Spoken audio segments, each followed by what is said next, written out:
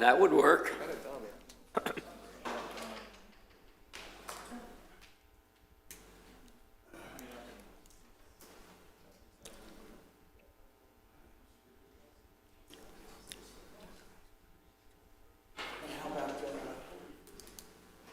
Have Case online? Doug was setting up, I believe so. What's that? I believe Doug set it up. Is she? Did you contact her? Do we know? Not yet. Wait, hold on, I've got it right here. Yep, she's in. No. Councilmember Panieri? Doug, can you just verify? She's on. We're good? Okay, let's be on time. All right, good afternoon, everyone. And thank you very much for taking the time out to meet with us this afternoon for our City of Palm Coast City Council workshop. Today's Tuesday, September the 17th. It's 1 p.m., 1:01 p.m. We're in the community wing of City Hall. And this, again, is a workshop. So just as we begin all of our meetings, if you would please stand and join me in our Pledge of Allegiance. Following the pledge, you're welcome to remain standing for a moment of silence to reflect, meditate, pray, or pause for a moment. I Pledge allegiance to the flag of the United States of America and to the republic for which it stands, one nation, under God, indivisible, with liberty and justice for all.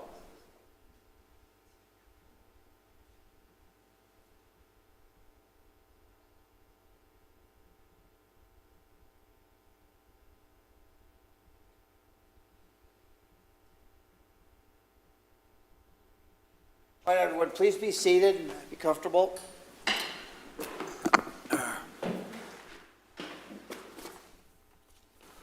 So, City Manager, are there any instructions from staff before we begin?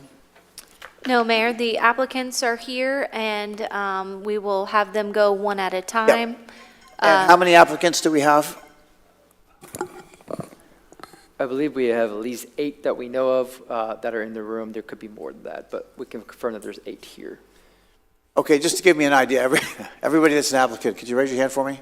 So 1, 2, 3, 4, 5, 6, 7, 8. So I count 8. Okay, very good.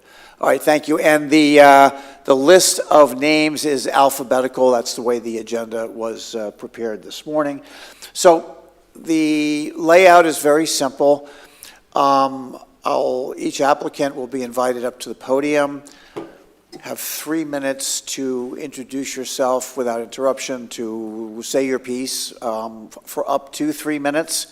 And then there'll be somewhere between 12 and 15 minutes of each city council member asking a question, a Q&A. We have a time frame that we'll try to stick to so that each applicant receives the same block of time. If you choose to use it, fine. If you don't need to use all of it, that's fine too. It's up to you.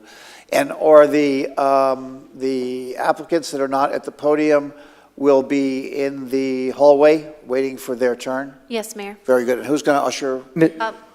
Go ahead. Mr. DiLorenzo. Very good. So Jason, so we're going to start today. If there are any questions, City Council? Mr. Mayor, just standard procedures, public comment first before we start, and then we can move into that. Okay, you know what, and before that, I guess I really have not called the roll, so I guess you better call the roll for me. Mayor Alfin? Present. Vice Mayor Denko? Here. Present. Councilmember Panieri? Present. All members present. Thank you. And with that, then, thank you for the reminder. We'll go ahead and we will have a public comment in advance of the interviews. There'll be a public comment period now and then at the conclusion of the meeting. So are there any members of the public that would like to comment to me at this time? Yes, sir.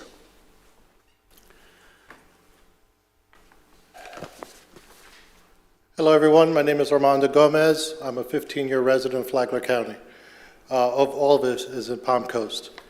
I'm a local entrepreneur, and sometimes I do Uber and Lyft on the side.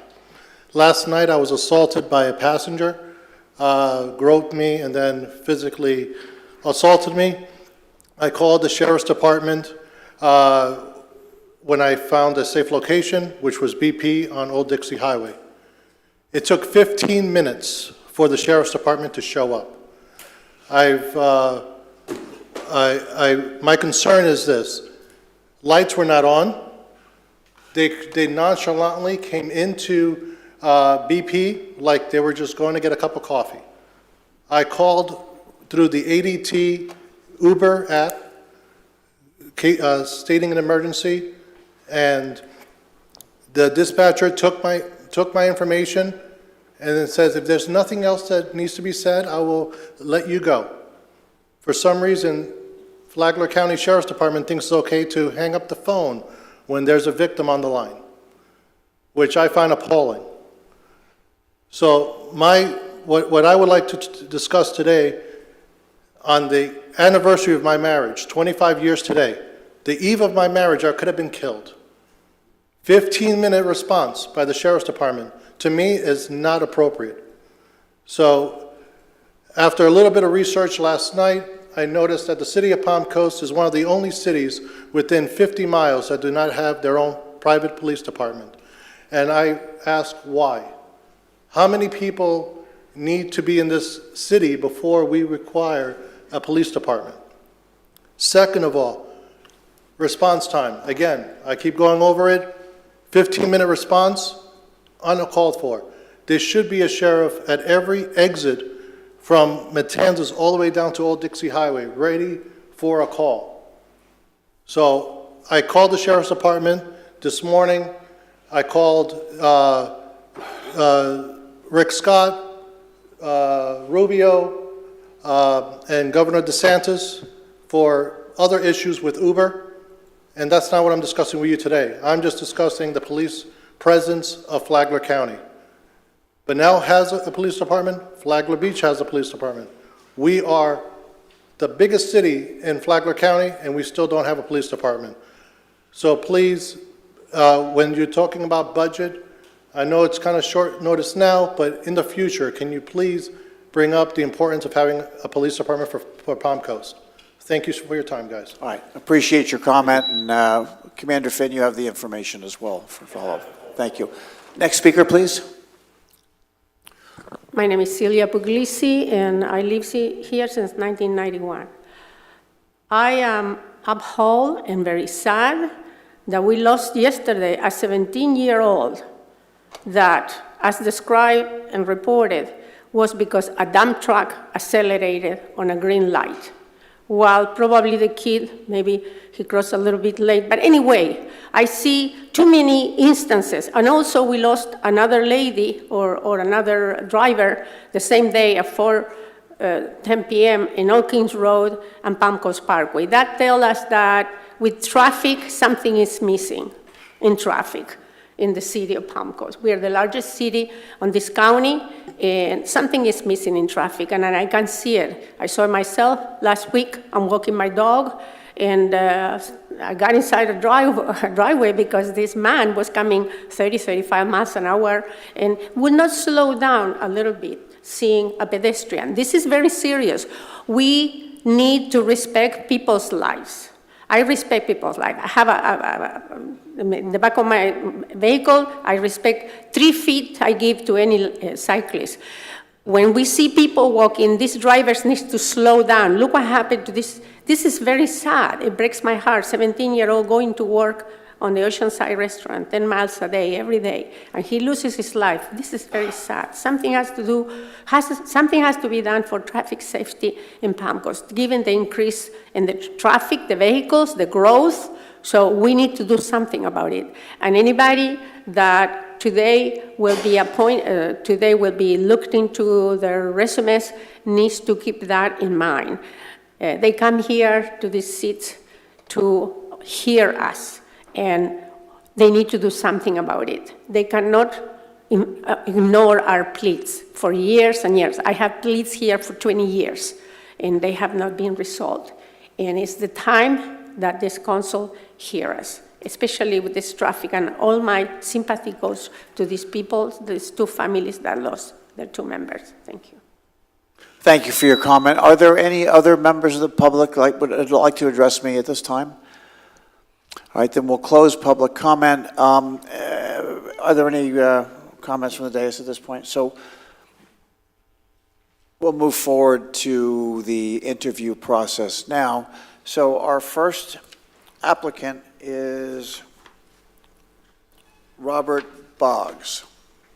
Is Mr. Boggs here, if that's how I pronounce it? So Mr. DiLorenzo will escort the other applicants into the hallway where you can sit comfortably until we get to your turn. Thank you.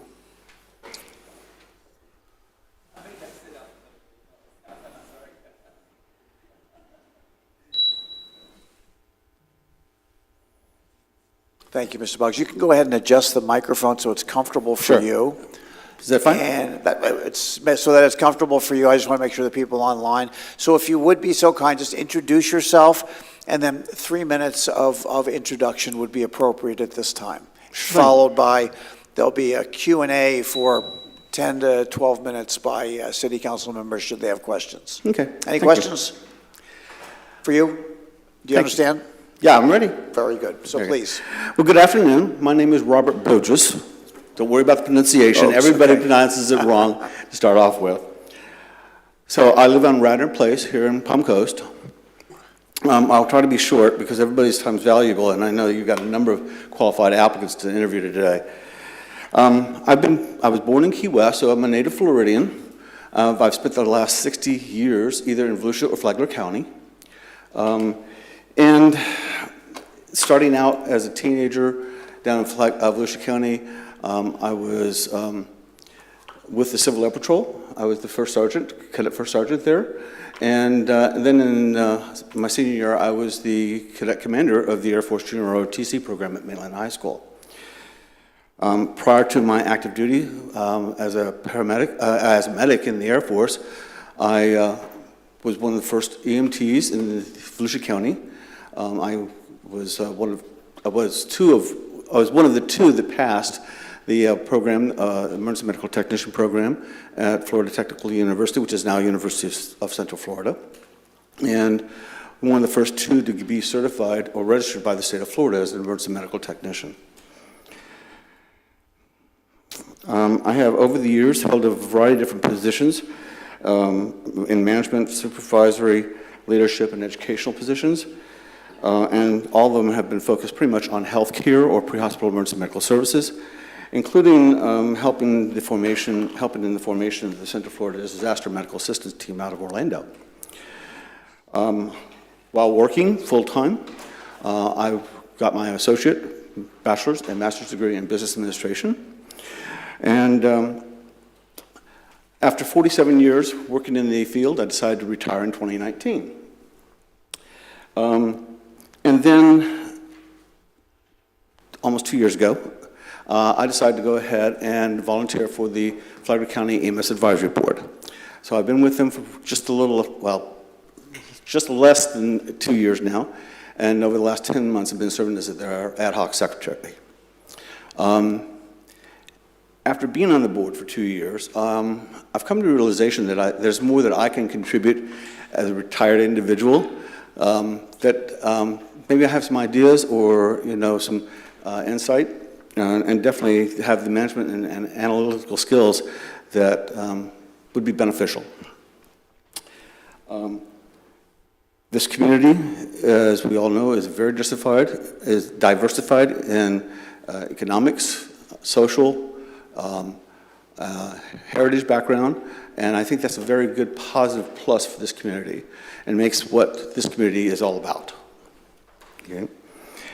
I also believe that there is a need for transparency in government and open communications at all levels.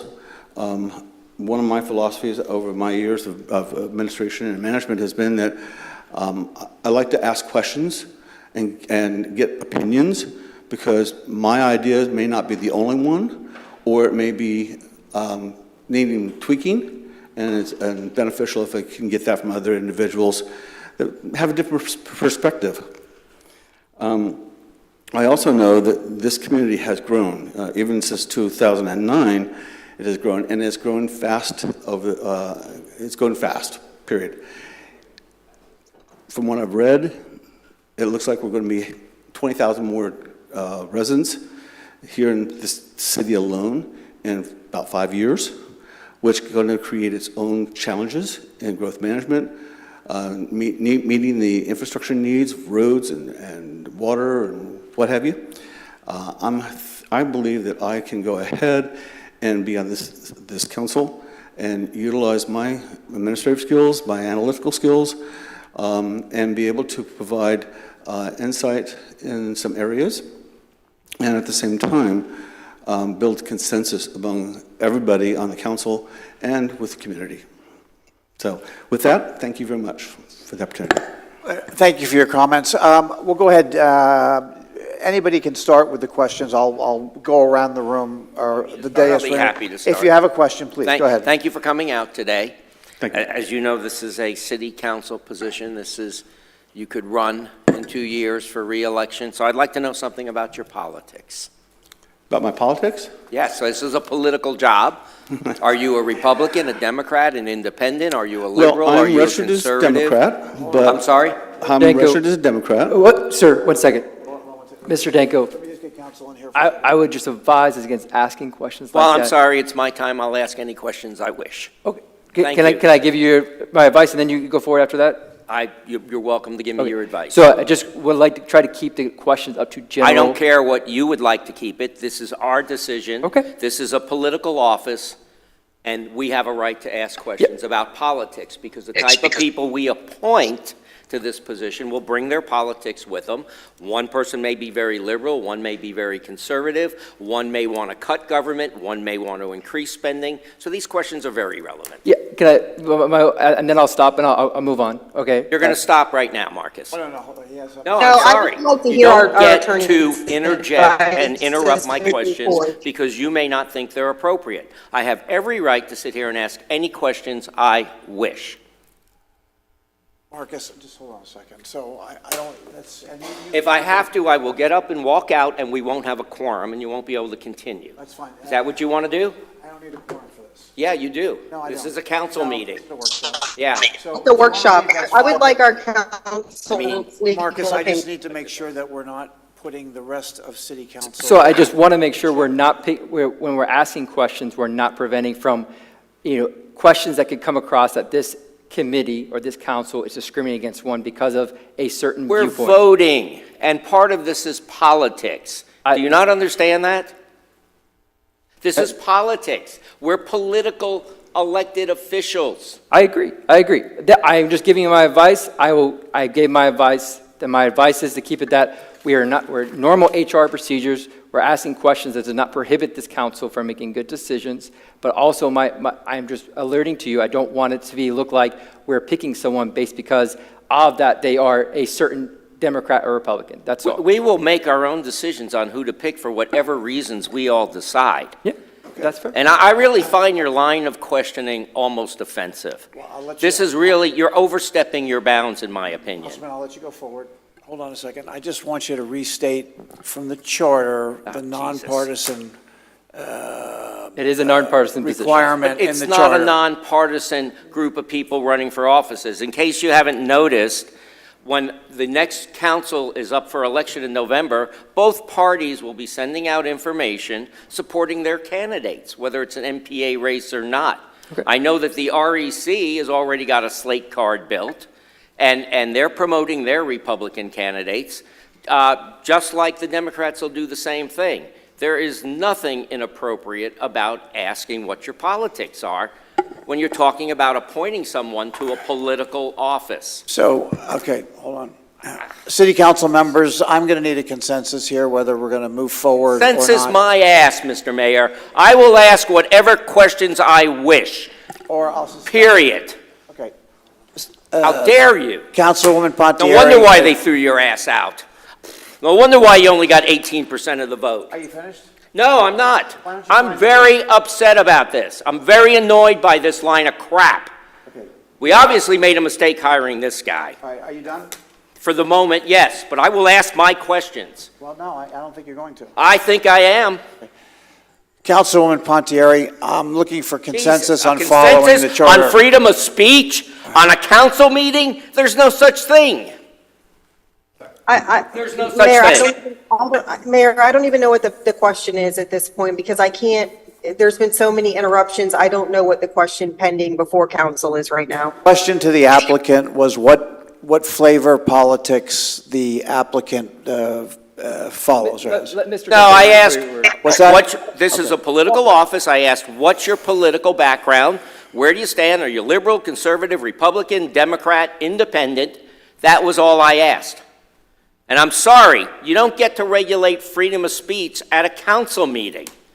Show me where it says that in the charter. It does. It says we're It says we can nonpartisan. eliminate, our attorney can come in here and stifle freedom of speech? I don't think so. If I may just express my concern, I understand your position, Vice Mayor. We do, we're able to ask questions and pick the candidate of our choice. But my concern is if we are accused of picking based on political party, is that something that can get us wrapped up in a lawsuit? I don't know the answer to that question. And I guess that's my concern because this is a nonpartisan seat. So I just don't know. I know that like for our advertisements, when we run for office, we're not allowed to put that we're a Democrat or Republican. We can put conservative or liberal, but we can't explicitly state Democrat or Republican. So I don't know if maybe you can reword your question to only reference conservative or liberal thoughts rather than Democrat or Republican, because I think that is a way to still figure out what you're trying to figure out, but then, but stay within the confines of the charter and keep us out of potential litigation or discrimination claims. I don't know, but that's my suggestion. Place, you're not allowed to put it on your printed material, but you're allowed to tell anybody what party you belong to. And that's always been the case. And we're allowed to ask any questions we wish. We're not going to form our opinions based on one answer, but this is an elected city council. It is elected by the voters of Palm Coast, who a majority of are Republicans. So I have every right to ask this type of question. And again, if the applicant doesn't want to answer it, they have every right not to answer it. But I can form my own opinion on who I'm going to vote for, and that is one of my criteria, is where are you? You liberal, you conservative, are you going to be big government, little government? I have a right to ask those questions. So does every voter in this city. All right, let's hear your question again. What is I've your already question? asked it 3 times. Well, let me hear it one more time. God, unbelievable. But what really concerns me here is the fact that our attorney would try to limit our conversation. That, to me, is just appalling. This is America. We have a right to freedom of speech. If you don't know that, go back to law school. So if you have a problem with the process, I I have a suggest... problem with my speech trying to be curtailed by this council, by you, Mr. Mayor, That's and fine. by our attorney. So why don't you leave the dais, have your No, own why don't interviews? you leave the dais? Oh, because I'm the following- public certainly would like you to. Because I'm following the charter, No, and you're you not are following the charter. Okay. I asked a simple question. Is this my hearing aids or is he yelling that loud? Yes, Yeah, I it am is. yelling that So loud. help me with the charter there, Marcus. Does it say I don't have freedom of speech? Mr. Mayor, Yeah. can you, what are you asking regarding the I'm charter? asking you to define the relevance of the charter with regard to nonpartisan. It is a nonpartisan position. That's what we're up for here. I agree. So, Vice Mayor, I'm advising you. You don't have to take my advice. Good, I'm not. What I would just maybe is just curtail your question. It's up to I'm you. not taking your advice. Okay. Now, I have a right to ask my questions. Do I not? Yes or no? All right, go ahead. No. Go ahead and ask your question. Yes, I'm asking you. You can ask your question. Thank you. I don't really care what you think, Go on. David. So again, what are your politics? Republican, liberal, Democrat, conservative? Do you believe in big government or little government? I believe in what's in the interest of the community. As such, as a Democrat, I've recently, and I'll tell you within the last 4 or 5 years, have switched over to Democrat. But in some 60-plus years of voting, I've never voted along party lines. I voted the person that I felt was best qualified for the position that they were running for, period. Thank you. That's a very good answer. That's all I was looking for. All right. I have no further questions. Do you have a question? I do. As far as our strategic action plan, which is basically the framework that our council puts together to try to give direction to our staff for the initiatives that we're going to try to fund in our upcoming budget, do you have anything that you are particularly a champion of within our current strategic action plan, or do you have any initiatives that are not necessarily close to you personally, but close to your heart that you would like to push forward through our strategic action plan, which is how individual council members are able to get their individual priorities into the budget? Well, I've looked over a lot of the documents, and I've watched the videos of this council, and I'm kind of on the side that one of the biggest challenges this community has got is how to handle the growth. I understand the growth is necessary, but then we need to also have the road structure in place, the water and sewage, and some of the consultants, I understand, have kind of painted a bleak picture of where we might be in the next 5 years in terms of water supply and handling wastewater and sewage. And so I think that from this perspective of the council and the city, we need to look at that, the capital improvements that need to be made to make sure that we bring and keep our resources where they need to be to serve the citizens of this community. Fair. And my second question would be, do you support westward expansion as far as growth for our city? I'm sorry? Do you support the westward expansion of our city for our future growth? Yes, I do to some extent. I do believe, though, that the developer needs to be held to the fire on agreements that they made, whether those agreements are made recently or whether they're made when the original DRI was done in, 20-something another, you know? So as long as the growth is handled and then the infrastructure is in place, growth is fine. It's just we need to meet the needs. Understood. Thank you very much. And also, I forgot, thank you for your service. Thank you. Councilwoman Pontieri, do you have a question for the applicant? I do. Thank you, Mayor. First, sir, I want to apologize for you having to stand at the podium during that exchange, and I thank you for your grace and the way that you handle yourself. My question is surrounding the budget, and I also want to thank you for your service as well. Thank you, Councilman Clufus, for bringing that up. As far as the budget is concerned, you know, one of the biggest tasks that we have is determining what services we are going to provide to our residents and that level of service, knowing that the level of service comes with a cost. What is your approach, generally speaking, to the budget? And do you subscribe to the notion that we either need to cut services or increase our budget? Well, I think this needs to be balance reached. Obviously, you've got the impact fees that help to offset the increases in your infrastructure. As I see it, I think one of the problems has been maybe the infrastructure is being built, but maybe not enough is being allocated in terms of making sure that infrastructure is maintained. And so my position would be to try to make sure that we have the funding in place to maintain those infrastructures, maintain those roads, maintain the sewage, maintain the water supply, and use the impact fees as much as we can to account for the growth. I'm sorry, I just have one follow-up to that. You do recognize that impact fees can only be used for, newer projects and not maintaining that infrastructure. So do you have any ideas or any specific positions on raising fees and taxes in order to maintain the infrastructure? I realize that the impact fees are only limited to new improvements, if you will, to accommodate the growth that they're funding. Having said that, I don't have any specific programs, I don't think, because I need to go ahead and get input from a number of other individuals.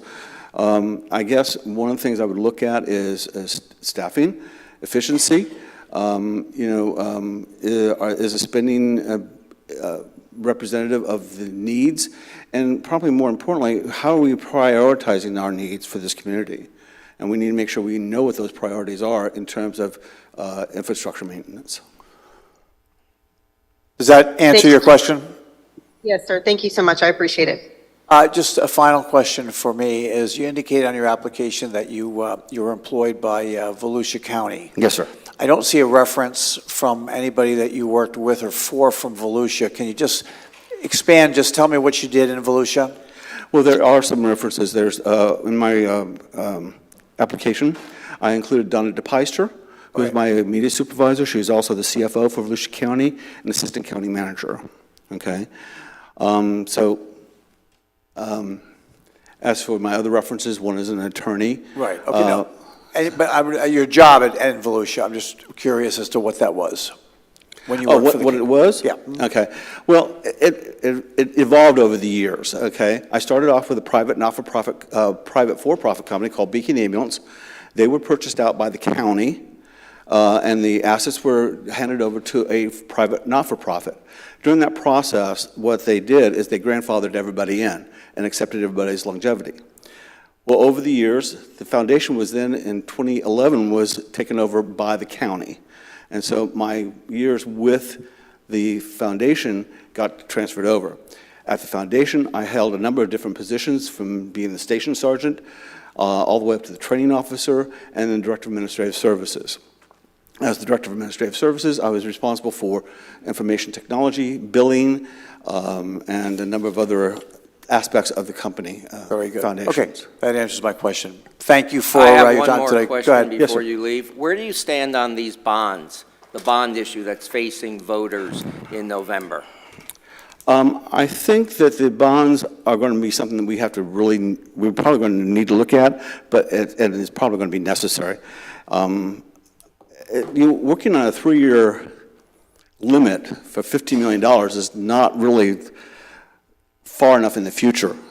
And I think that the bond issue is going to be something that has to be done. But I do believe that maybe to satisfy the concerns of the citizens, we need to probably take a look at it and see how it could be better worded. But it's worded the way it's worded. It will be on the ballot the way it is worded now, which in my opinion doesn't tell voters an awful lot about what they're voting on. But more importantly, it eliminates the $15 million limit. It eliminates the payback period. City Council would be taking away the rights of voters to vote on future bonds. So it would be up to 3 people on this council. So that's what we're actually facing now. Are you in favor of these bonds or opposed to these bonds? As it's written now, I probably am not in favor of it. I liked the idea that you came up with and Ms. Pontier did a couple meetings ago to rewrite it and to maybe make it a little bit more understandable, and also let the citizens have a little bit more input into what bonds are going to be used and So as it stands now, the way it's on the ballot, you are... Probably on the ballot, probably will say no. Thank you. Thank you for your questions, Okay, Thank you very much. for your answers, actually. thank you.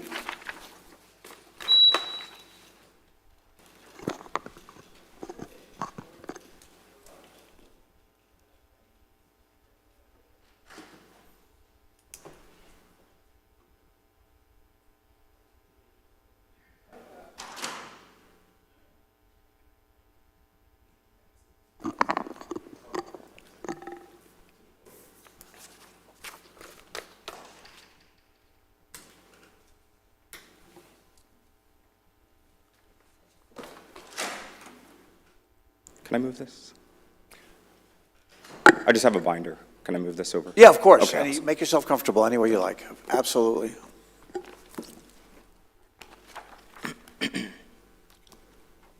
At your pleasure. Awesome. Well, good evening, Mayor Alphen, Vice Mayor Danko, and the council, staff, and the great people of the city of Palm Coast. My name is Daryl Boyer, and I'm seeking your support for the appointment to the vacant District 4 seat. As a proud Flagler County native and graduate from Flagler Palm Coast High School, I've spent 25 years in this city watching my family, including my 8 nieces and nephews, thrive in our community. As a lifelong resident, I understand Palm Coast's challenges and opportunities. I will always place our residents over the politics. We need common sense, results-driven leadership to address critical issues, such as supporting Sheriff Rick Staley and our first responders, smart infrastructure to support our growth, and better paying jobs.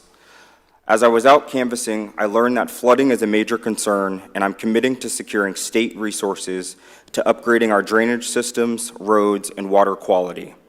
With my experience in the Florida State House, I have the knowledge and relationships to fight for Palm Coast at the state level and ensuring we get our fair share. I also believe in making Palm Coast a vibrant place for younger families, with more activities, parks, and community centers. We need a balanced tax base and a thriving job market that attracts new businesses and creates well-paying jobs, and not abysmal wage jobs that don't help families get ahead, but rather struggle to catch up and get by. My background as a private investigator, legal assistant, and legislative aide have sharpened my skills in solving tough problems. I bring stability, servant leadership, and common sense to the board. I will be a sponge for knowledge and work diligently to represent this city with integrity and my faith. Currently, our city loses much of our local talent to neighboring counties and other parts of the state.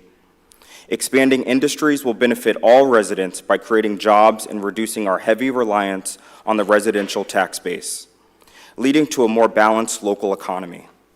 As our next city councilman, I will work to keep our local talent here, create a future that's secure, affordable, and full of opportunities. Council members, I want to thank you for your time and your dedicated service to our community, and I look forward to answering your questions and participating throughout the process. Thank you, Mr. Boyer. Vice Mayor. Well, I don't need to ask my last question because I know what your politics are, I know who you are. But as we have discussed, you just moved into your parents' home. You basically don't live in the district, Darrell, and we had this conversation. And as I stated when we first began this process, I can't vote for someone who just parachutes into a district to get a seat, just like your opponent in the race you just ran did to you. And it's not right, and I'm sorry, I don't have any more questions for you, but I will simply tell you, based on that alone, I simply cannot vote for you. No worries. Am I allowed to respond? Yeah. Okay. I just really want to take this time to correct any falsehoods that have been stated about my life and my residency. I've been a lifelong resident of Palm Coast, and I grew up in District 4, actually. When my parents adopted me when I was 3, we moved to the East Section. That's where my forever home has been. I have many childhood memories in District 4, walking to the bus stop in elementary school, middle school, and high school. I've had many birthdays, enjoyed many holidays in District 4. But most importantly, I moved to the district in early August, so before this was ever even in the works. I didn't move into my parents' home. My parents reside in District 2 in the C section, and I reside in the R section, as mentioned on my application. But most importantly, as a city council member, no matter what district you represent the entire city of Palm Coast, and that's what I'll do for our city. Councilman Clufus, go ahead. Absolutely. My question is, we have a strategic action plan as a council, and these items are things that individual council members can push forward and initiatives that they want to see get budget attention. Is there anything that's specific to you that you would like to see championed through our strategic action plan, and/or are there any items that you would like to see added to our strategic action plan that are specifically close and near and dear to you? Absolutely. So economic development is huge. As a young resident of the city of Palm Coast, bringing more jobs, and when we look at our current tax base, that's 92% reliant on the residents. We have to balance that tax base. So bringing more jobs helps everyone, not just the people that are working in our workforce, but all residents. Next, infrastructure is huge. As our community is growing, we have to continue to fight for our infrastructure to improve our current infrastructure, our roads, our swells, flooding. That impacts everyone and also future generations to come as we welcome here. Next is environmental sustainability. We have to protect our green space as we look to grow. Protecting our green space, also providing more parks for our families, so families have places to go and visit, keeping our families together, but also enjoying what we all love in Palm Coast, and that's our trees and our nature. My final question would be, do you support the westward expansion of our city, and do you agree with the vision that we have to move west if we want to continue to grow? I do agree with expanding out west, and this is why. Expanding out west provides more jobs for the city of Palm Coast, more economic opportunities, especially for people in my generation, 25 years old. I left for college, came back. Finding a job and a career here is a little difficult for young people. So doing that'll provide more economic opportunities for our younger families, and it'll recruit more people to come to the city of Palm Coast. And again, it'll balance our tax base. One thing that I was a little disappointed to see, not with that project specifically, but with the YMCA, I was really hoping to have that here. I felt like that was going to be a place for younger families to come together and really bring our community together. Excellent. Okay, thank you very much. Councilwoman Pontieri, a question for the applicant? Yes, thank you, Mayor. Mr. Boyer, I'm sure you're aware that this job takes a lot of dedication, time, and hard work. How will you approach your analysis of our packets week after week, meeting with staff and educating yourself on the items that are on the agenda each week? Yes, absolutely. So during my experience working in the Florida House of Representatives, there are hundreds of bills, hundreds of appropriations, 120 staff members, tons of lobbyists. While I was in grad school, I was in that position, and I balanced my both my professional work, my personal work, but also my educational work very well, and I'll continue to do that on the City Council, and this time I won't be in school, so I'll have a lot more time. And then my other question that I had was, you mentioned bringing in young families and increasing our economic development. What is your approach to the affordable housing issue that we keep hearing about, and how would you say that that needs to be resolved in conjunction with our economic development needs? Jobs, jobs, jobs. I mean, it's common sense. When you bring more jobs to a local area, people have more money to afford the housing that's here in our current community. So I would look to bring more jobs and recruit more businesses to come to our local community, and which also ultimately balances out our tax base again. Thank you, Mr. Boyer. I have no further questions, Mayor. Okay, Mr. Boyer, thank you very much. Thank you. Thank you.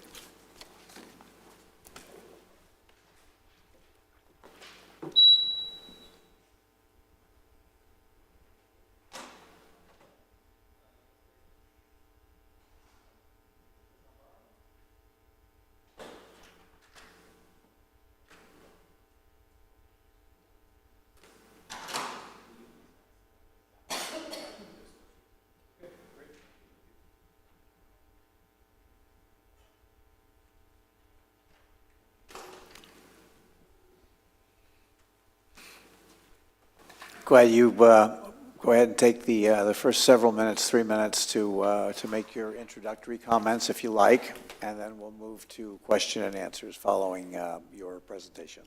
Great. Okay, well, good afternoon, everyone. Mr. Mayor, members of the City Council, and my fellow citizens here and at home. My name is Charlie Gambaro, and my family and I have been proud residents of the R section since 2006. I am standing here before you today as someone who has had extraordinary opportunities in life because of my passion and belief for public service. After graduating from the University of Florida, I joined the Army. I led soldiers during combat operations in both Iraq and Afghanistan, and I have commanded at the senior levels of the Army and became a brigadier general at the age of 42. Army officers that are privileged enough to serve as generals are often selected in their early to late 50s to become general officers. Becoming a general officer in the United States Army is often referred to as threading a needle. The title of general is reserved for the very best officers who can drive change, lead under the most demanding positions and conditions. As of today, I'm still the youngest serving general in the U.S. Army Reserve and the United States Army.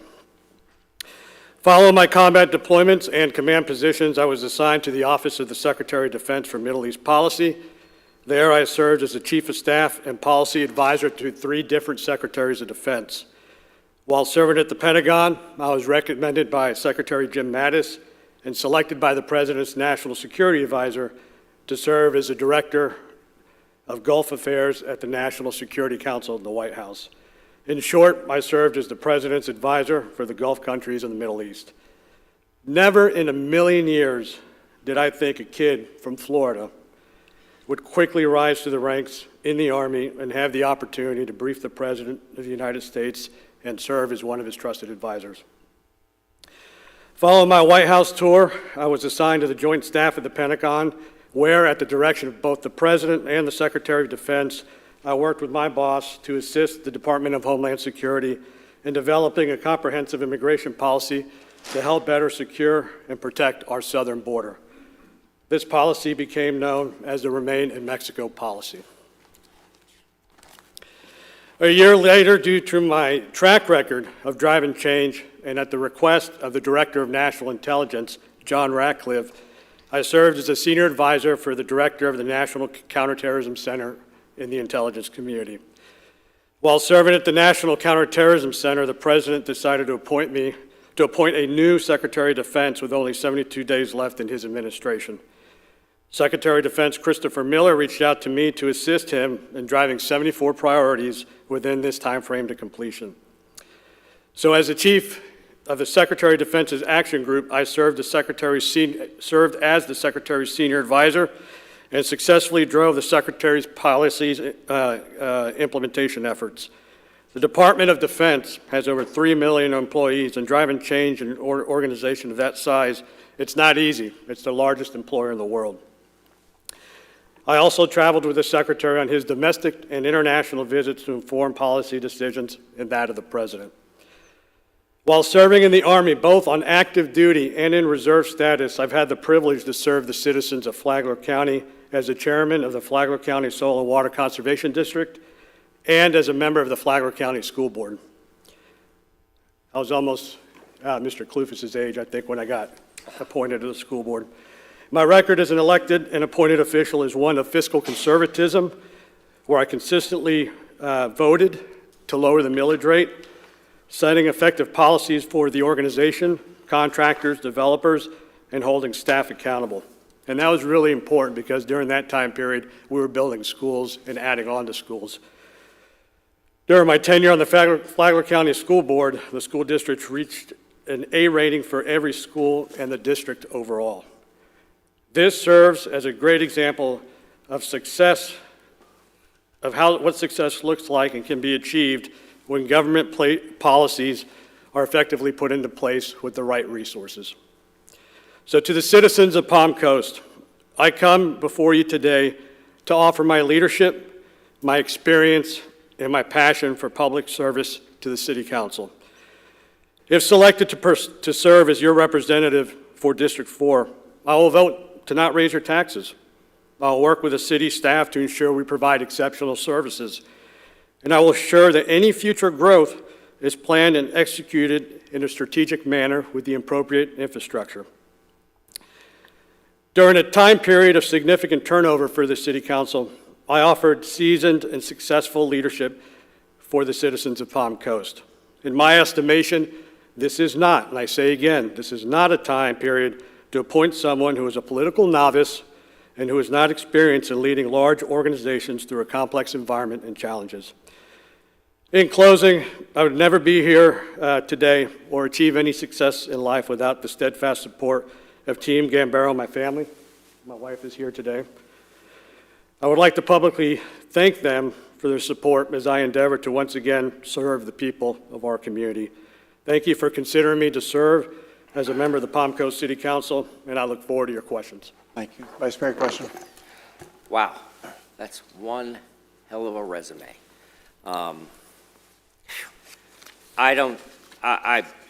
First, I want to thank you as a fellow service member for your service. Thank you, sir. And I can see why you've earned that star that's on your lapel. You bring to this council both local experience and experience at the highest level. My understanding is that you often brief the President of the United States on terrorism. Is that correct? I did, and other Middle East matters. And other matters, too. I don't think there's a candidate out in the hallway or anyone sitting in this room that could say something of that magnitude. So that speaks tremendous volumes to me. I really have no questions. I think your statement answered every question I had. Okay. So if they have questions, fine. Councilman Clufus. First, thank you for your service. Second, Thank we you. moved to Palm Coast in the same year, 2006, right? I did. And you were appointed in 2007 to the school board here in Flagler County. I was. Is there a little bit more information you could share with us on how you were able to move to the area so quickly and then be actively appointed to a board of that magnitude? Because that's a pretty big accomplishment to be able to move somewhere and only exist there for a year and still be able to get appointed to such an important position. Could you just give us a little bit of background on that? Sure. So prior to that, I was on active duty and was working for the Cintas Corporation. I was offered an opportunity to be a manager of the Cintas Corporation in Daytona Beach, so we moved here for that. I looked for opportunities to serve in the community, and I noticed nobody had put in for the Flagler County Soil and Water Conservation Board. So I put my name in, and I ran unopposed. So, and now that board has since, actually my good friend Adam Putnam dissolved it because there was lack of interest, and it's sad because I grew up in the 4-H clubs, and I think it has a lot of grant opportunities and venues to offer to our farmers and others. And then Dr. Jim Gynes resigned, and we had a conversation about me applying to fill his seat, and I told him, I said, hey, I don't know anything about, I'm not an educator, but I've got a business and military background, and he said, well, you should apply. So I applied and never thought of it again, and the next thing I know, I read in the paper that I was shortlisted, and within a week or two, I was getting a call from the governor at the time saying that I'd been appointed, so. Okay, fantastic. My one other question, since we're running close on time here, is there anything in the strategic action plan, any of the items that are brought forward by the individual council members for prioritization, is there anything that you strongly align with and that you would champion, and or are there any initiatives that you think our strategic action plan is lacking today that you would like to see added to it? Thank you. Yes. So, great question. So there's a couple things. One of the things that, we often talk about around the dinner table is why is it that the school district and other government agencies and Advent Hospital and even Walmart, why are they some of the biggest employers in our county? Why can't we change that? And I know there's a lot of push in the western development, the western part of the county and the city, but I'm a strong believer in a public-private partnership to where the taxpayers don't have to foot, outside of impact fees, all the bills, right? And so, when I was on the school board, one of the things that we championed was a referendum for a half-cent tax that the people voted on, not us as board members.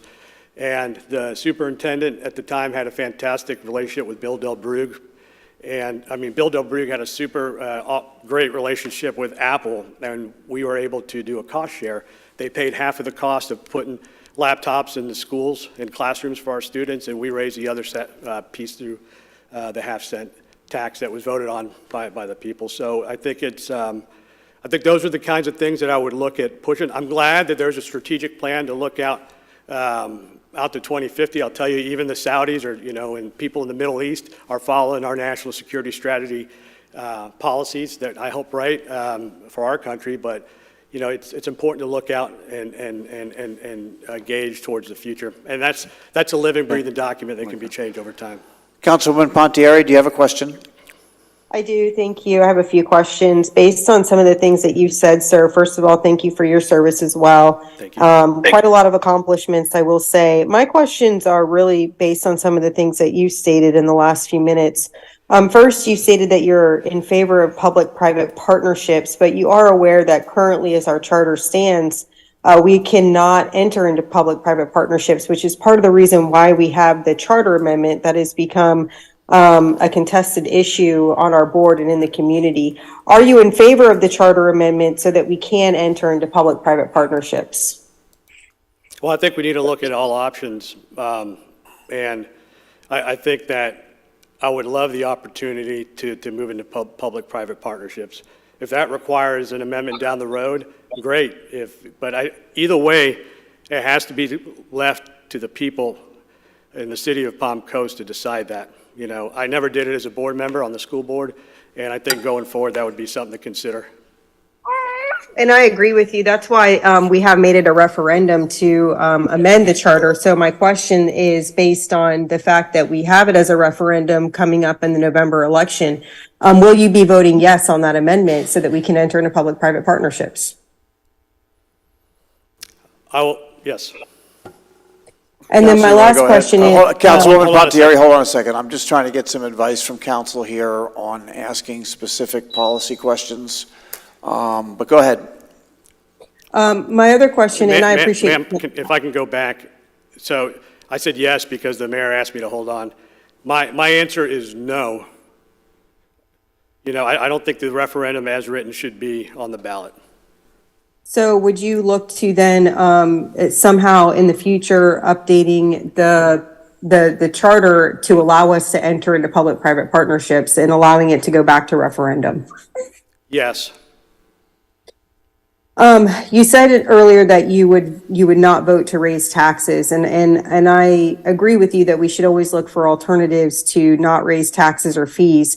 But what have you analyzed in our budget with regards to infrastructure needs, particularly with our utilities, that you feel would allow us to prevent the raising of fees or taxes and still providing the necessary infrastructure and level of service that we need to provide to our residents, particularly taking into account the age of our infrastructure?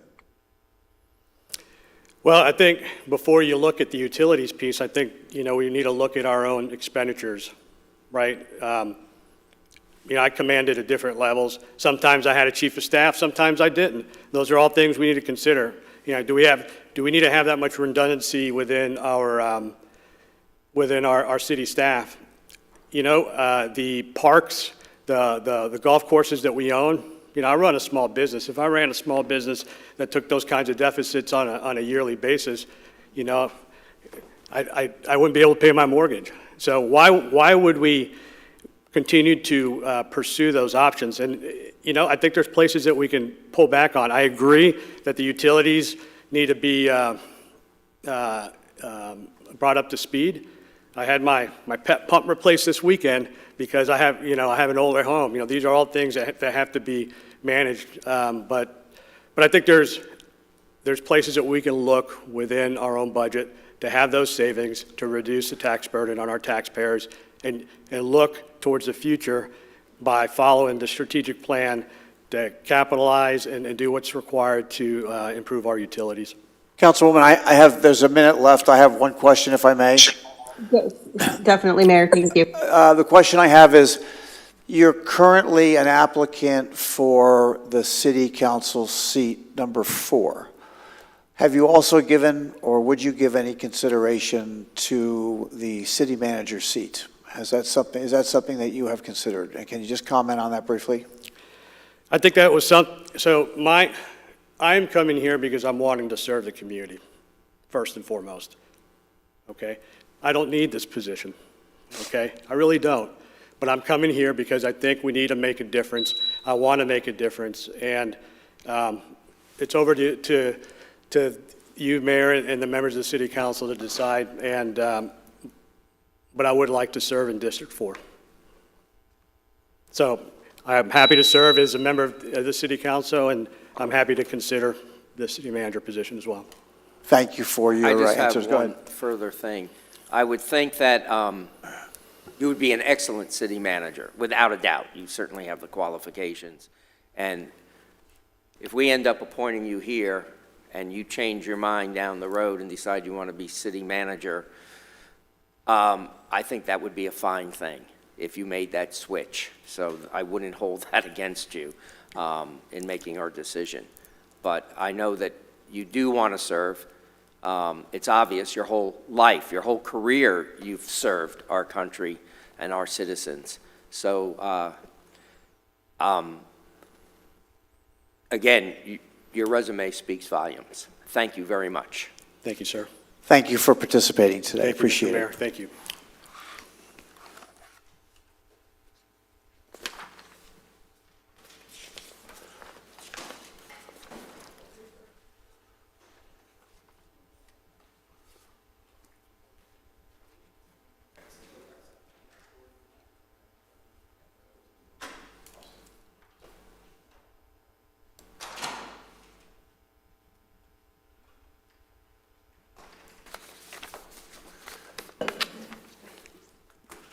Go ahead, when you're ready, just go ahead and give or take 3 minutes and do your introduction, and then city council members will have questions for you following that.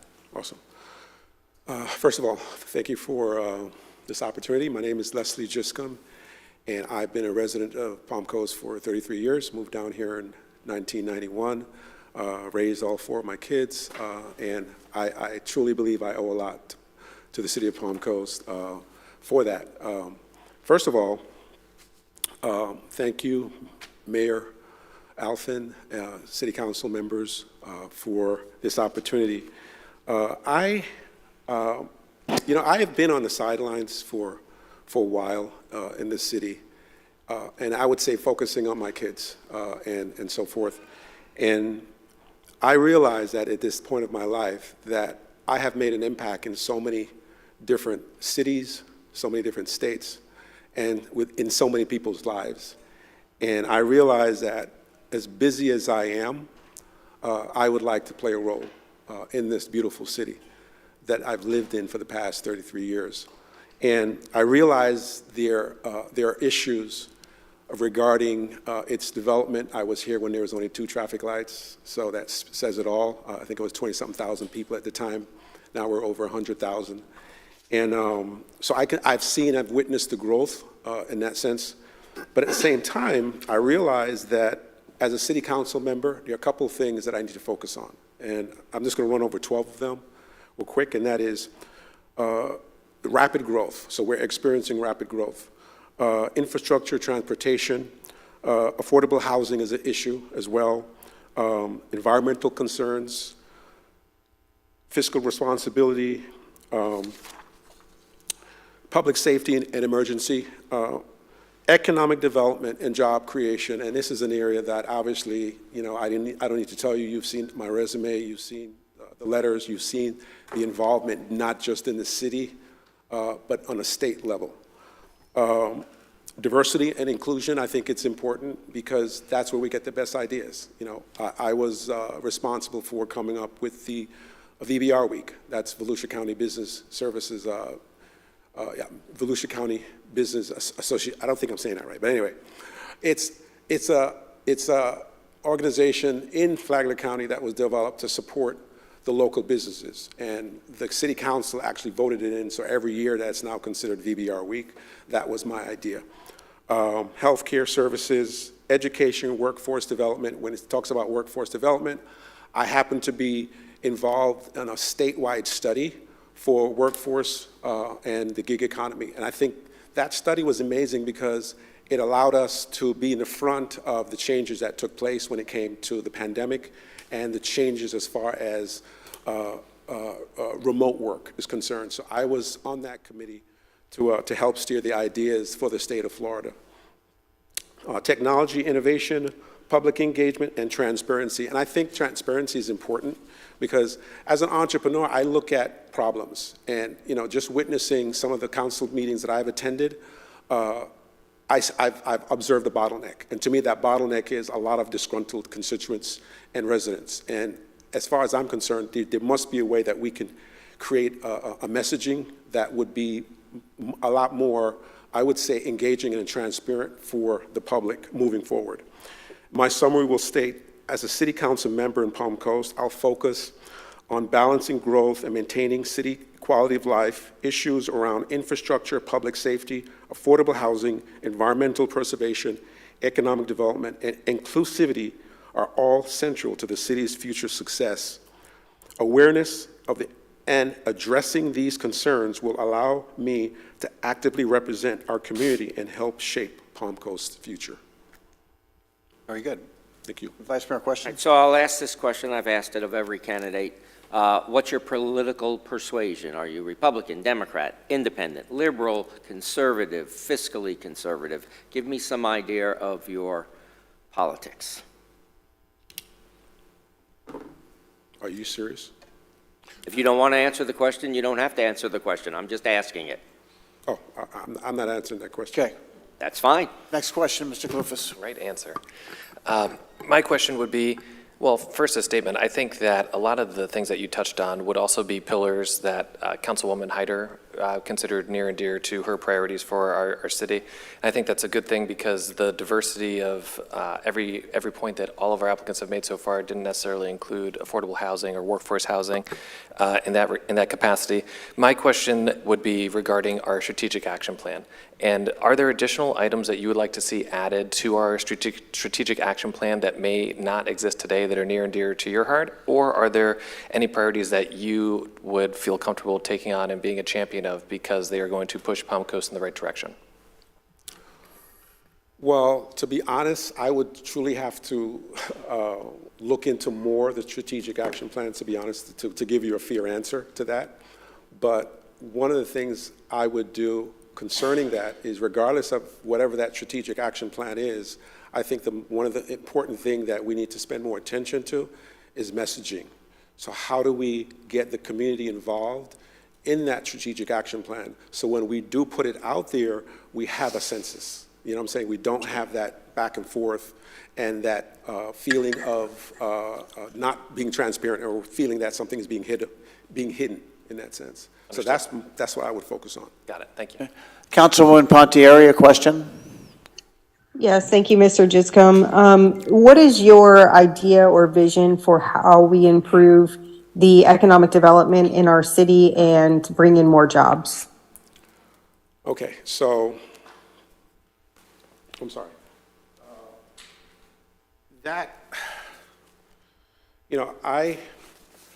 I'm involved, I have an organization that's not just, that's in 4 states, and we're actually now in international. And I am involved in committees, economic development committees as well, abroad. And what I'm able to do is bring some of the information that I gather aggregately and help come up with some of the good suggestions moving forward. I would say that regarding economic development, I would say that infrastructure is a major thing. Right now, we're operating in the city of Montgomery, and 2 months ago, Meta just invested almost $1 billion in creating a data center there. And I had a question to the economic development manager regarding space. And I know the space that they occupied, that they're developing there, is around 250,000 acres. So it's around 720 acres. And I asked that question here, and the answer was, we don't have that much, but we're rezoning. So economic development, in that sense, as far as workforce and good, clean jobs, as far as that's concerned, I definitely would say that we would definitely have to have a framework in place before we can consider some of those other larger players. But I think that we have something unique here, and I think the study that we did for the state regarding the gig economy in 2019, it ended in 2020. We had a 2 months break because of COVID, but I think we're not capitalizing on the quality of life that we have here, because there's a lot of people that live here that work remotely, and the reason why is because of the quality of life. So that's something that we can market as well, and we can support those remote workers in that sense. And we can be a leading player when it comes to quality of life for remote workers. But I think infrastructure is important to attract some of these larger companies. I would say one of my big brother, or I would say a Florida dad, I don't know, he's just a couple of years older than me, and he is the CEO of, he's the actually CEO of Volusia County Business Alliance. And they're involved with bringing in, Brown and, I'm sorry, the Amazon, recently Boeing. And, he told me the other day, Les, Palm Coast is a small city, and it's developing wonderfully, but you have to have some infrastructure in place to get some of these larger players. So that's what I would focus on, is helping, support and push that infrastructure in place. Councilwoman, can I insert a question here for a minute? Of course, Mayor, I have nothing further. Thank you. You currently operate an enterprise called the African American Entrepreneur Association. Yes. So the question would be, is that something that you would continue, or you would hand off? Would it conflict with your possible application? I thought about that, and I realized that it wouldn't, because I understand that the meetings, regardless of the meetings being once a month, is that correct? I mean, once a week. So it's practically, you had, 3 meetings at first a month, and then it may be transitioning into 4, am I correct? I don't see how. A lot of what I do for the AEA has a lot to do with economic development. So I just see it as a plus for the city of Palm Coast for utilizing someone like myself that has access. Okay. Councilwoman, I didn't know if you had another question or not. Councilwoman Pontieri, did you have another question? Sorry, Mayor, I'm just taking notes. No, I don't have any other questions. I do have one other question. Are you aware of the bond issue that's going on the ballot in November? Yes, no? Yeah, You're aware of I've it, heard the of it, yeah. language and everything? Sure. Just curious how you would be voting on that bond issue. It's been a Is that divisive is that- issue is up that here another at the serious question? dais. Is that another serious question? Yeah, it is, because it Do I involves have to- whether or not you're in Excuse me, favor excuse me, of excuse me. borrowing a lot of money or If not the applicant, borrowing if a the lot of applicant money. doesn't want to answer, you don't We've have to, that's answered, fine. we've asked others that same question. Okay, I'm not answering that question. Very good. All right. Okay. Thank you for your interview time. I appreciate it very Thank you. much. Appreciate it.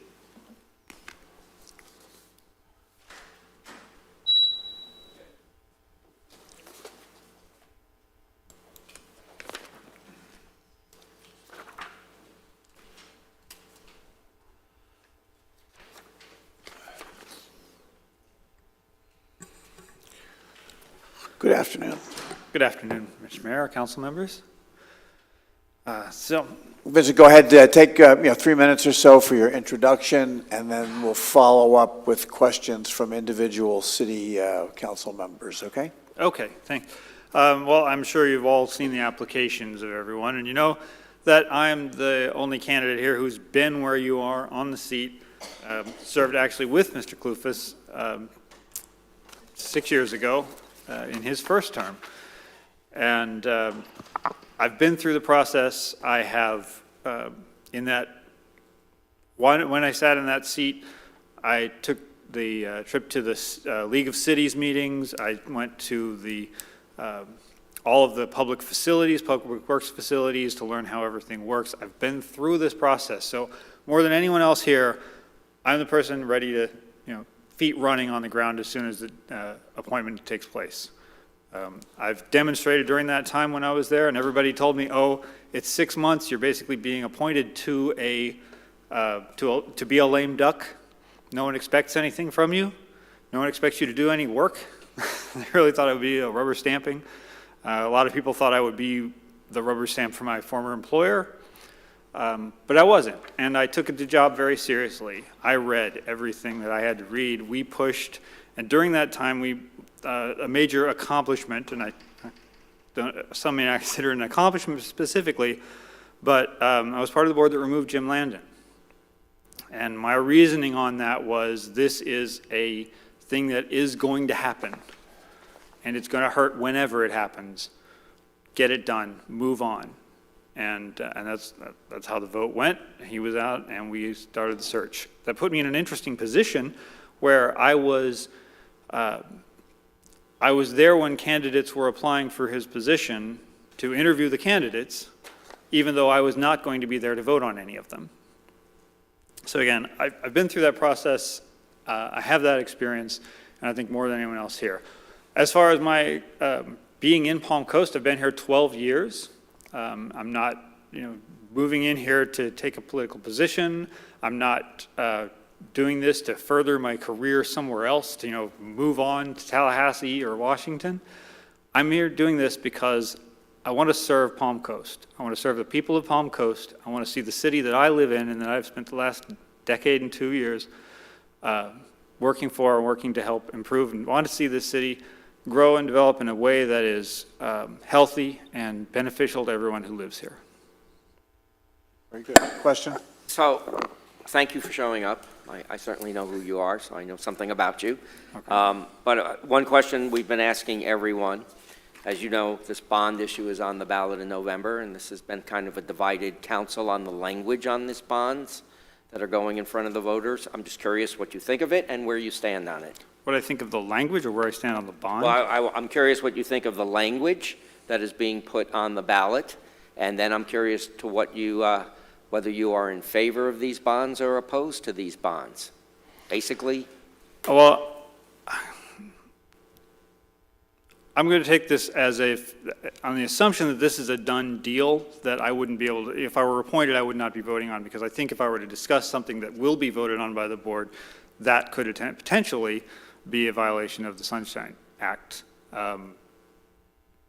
Just because, well, it's not. no, I guess it's not, because we're all here. We're all here. Yeah, you're not back here yet, and Well, I mean, but it's, actually, Ms. Pontieri is the only person who would be here with, so maybe it would be. The rest of the board won't be here after November.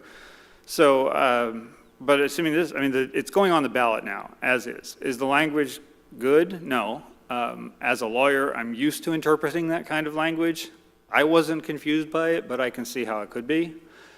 And as a principle, I don't think that the city should have carte blanche for issuing bonds, taking out loans. I think it's a good idea. Ms. Pontieri at the last meeting had a wonderful resolution plan. I thought was a good idea as far as having the county commit to here's how we're going to deal with this, and then we can address this later. I don't think it should be removed. I know that was discussed also, simply because it's there for people to vote on. And I do have a lot of respect for the voters, and I think that they're going to understand and hear the discussions and know what they're voting on. So I'm reluctant at any time to take something out of the hands of the people. Well, in this case, if this passes, we would be taking a lot out of the hands of the people. Their right to vote on these individual bonds. Are you in favor of that? Because that's what this amendment boils down to me, is taking away the right of the people. Right, so I don't favor the amendment. I don't know if I was clear on that. What I was curious about. Councilman Clifford's question. I'm a lawyer, I used to ramble. I understand the legal jargon. You know, as we say, if you put 5 lawyers in a room, you get 9 different opinions. But one other thing, your law practice has nothing to do with land development. Is that correct? That is correct. I do guardianships. Because that would be a major conflict of interest. Correct. No, obviously. all of my work practice is solely with guardianship and probate estates. Got it. Thank you. Okay. Hey, welcome back. Thanks. Here we are again. I can only speak to your factual, statement of how you governed before. You were very diligent. I never thought for a moment that you didn't read a complete agenda. You were absolutely on point with everything, even though many expected just to be seated for 6 months, and you had the ability to not take things as seriously as you did, but you chose to. My question would be, and I don't want to ask, could you have done anything different? My question would be, our strategic action plan as it exists today, is there anything that you would like to see added to it, or potentially initiatives that you yourself have near dear to your heart that you could say, hey, this is something that I want to champion in my tenure while I'm here? I don't have a specific agenda for an action plan. I don't have I haven't taken the time to go through the amount of information that all of you have as council members. I do think that there are points of priorities within the city, and one thing that everyone has to understand is that the city is going to grow. I know when I sat up there, I had citizens come up to me and say, I moved here just last month. How do I stop anyone else from coming here? With a legitimate serious, I wanted to be able to shut the doors. And that's just not a realistic thing to expect. The issue really is, does the plan we have to go forward on serve to make this a better city, to improve people, to diversify the tax base? Does it have the ability to handle the issues that I think we're currently facing as problems? Primarily, I think it's water. The water issue is both coming and going. The drainage system has issues that really need to be addressed quickly. And at the same time, the water supply coming in, while I don't think there's anything unhealthy about our water, it's not always that clear. So addressing that, I think those are the priorities that I would put in there, that the water system works for everyone. Okay. Councilwoman Pontieri, question? Yes, thank you, Mr. Lyon, for being here, and I appreciate you putting your name in the hat for the appointment. But my question is, you were appointed previously, you've applied to be appointed now. Why have you not run for this seat before? This seat was up, so I didn't run immediately after my appointment because that was a condition to the appointment, as anyone applying would agree that they would not run. And, I held to my word. I was succeeded in office by Eddie Branchino, a neighbor and a friend of mine, and I was perfectly happy with Eddie as being on that council, even though I didn't agree with him 100% of the time. I do believe he was a diligent worker on this. The next time was just 2 years ago. The next was of course 2 years ago, so it really is just, why didn't I run last time? That was in the midst of COVID. I ran a campaign during COVID. Actually, we hadn't even been at the same time. I ran for school board. So I think the question was, why didn't I run for this? Was because I was running for school board seat at that time.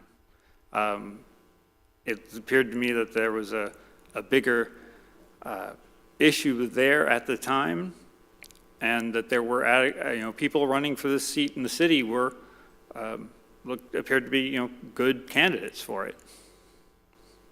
Okay, thank you. And my other question is, are you currently on the board of directors or the attorney for the Flagler Humane Society? I am on the board of directors for the Flagler Humane Society. I'm not their attorney. Okay, thank you for that clarification. I honestly wasn't sure.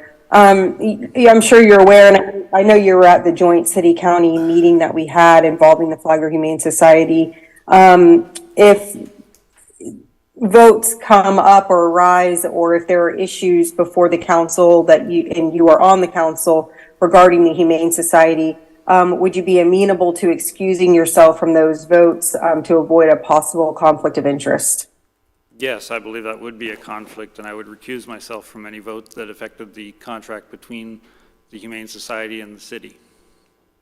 Thank you. I have no further questions, Mayor. Very good. Thank you. I just have one further one. I'm a big pet lover. All my pets have been rescued. As we say, they rescued us. We didn't rescue them. And I always tell people your best friend is waiting for you in a shelter. And it's so true. But do you have any just off-the-top suggestions? And I know what our Humane Society does. It's difficult. I've been out there. It's hard. We have a lot of animals that get abandoned, and, it's a tough deal out there. Do you have any suggestions on how we can improve this? I do. I believe that so we have what was mainly a discussion at the last meeting Ms. Fontieri mentioned was the fact that the city's growing and the capacity of the current facility isn't keeping up. Simply building more buildings, adding more walls to address a growing issue is just kicking the can. You need to address the issue at the heart of it. The problem is there are so many homeless pets, homeless animals, and that needs to be addressed at the source. And that is to say, a trap, neuter, and return program that is effective and consistent. It needs to be done everywhere, done consistently. It does prove to reduce the number of animals. I would be in favor of changing the current license difference in pay. I think it's $10 if it's not neutered and $5 if it is. I think it should be a much steeper price for having an intact animal. I think you want to make it much more difficult for strays to end up on the street in the first place. It's a tough problem. Yeah. Thank you. Thank you.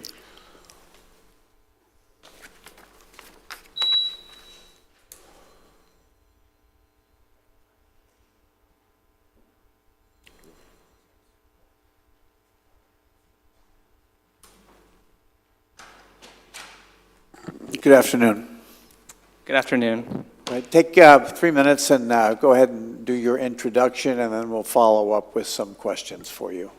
Absolutely. Well, thank you. Good afternoon, Mayor and Council. Pull the mic up so you don't have to slouch over. Yeah. There we go. That'll make it a little easier.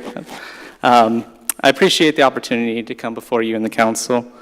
I am ready and willing to serve the City of Palm Coast as the Council member representing District 4.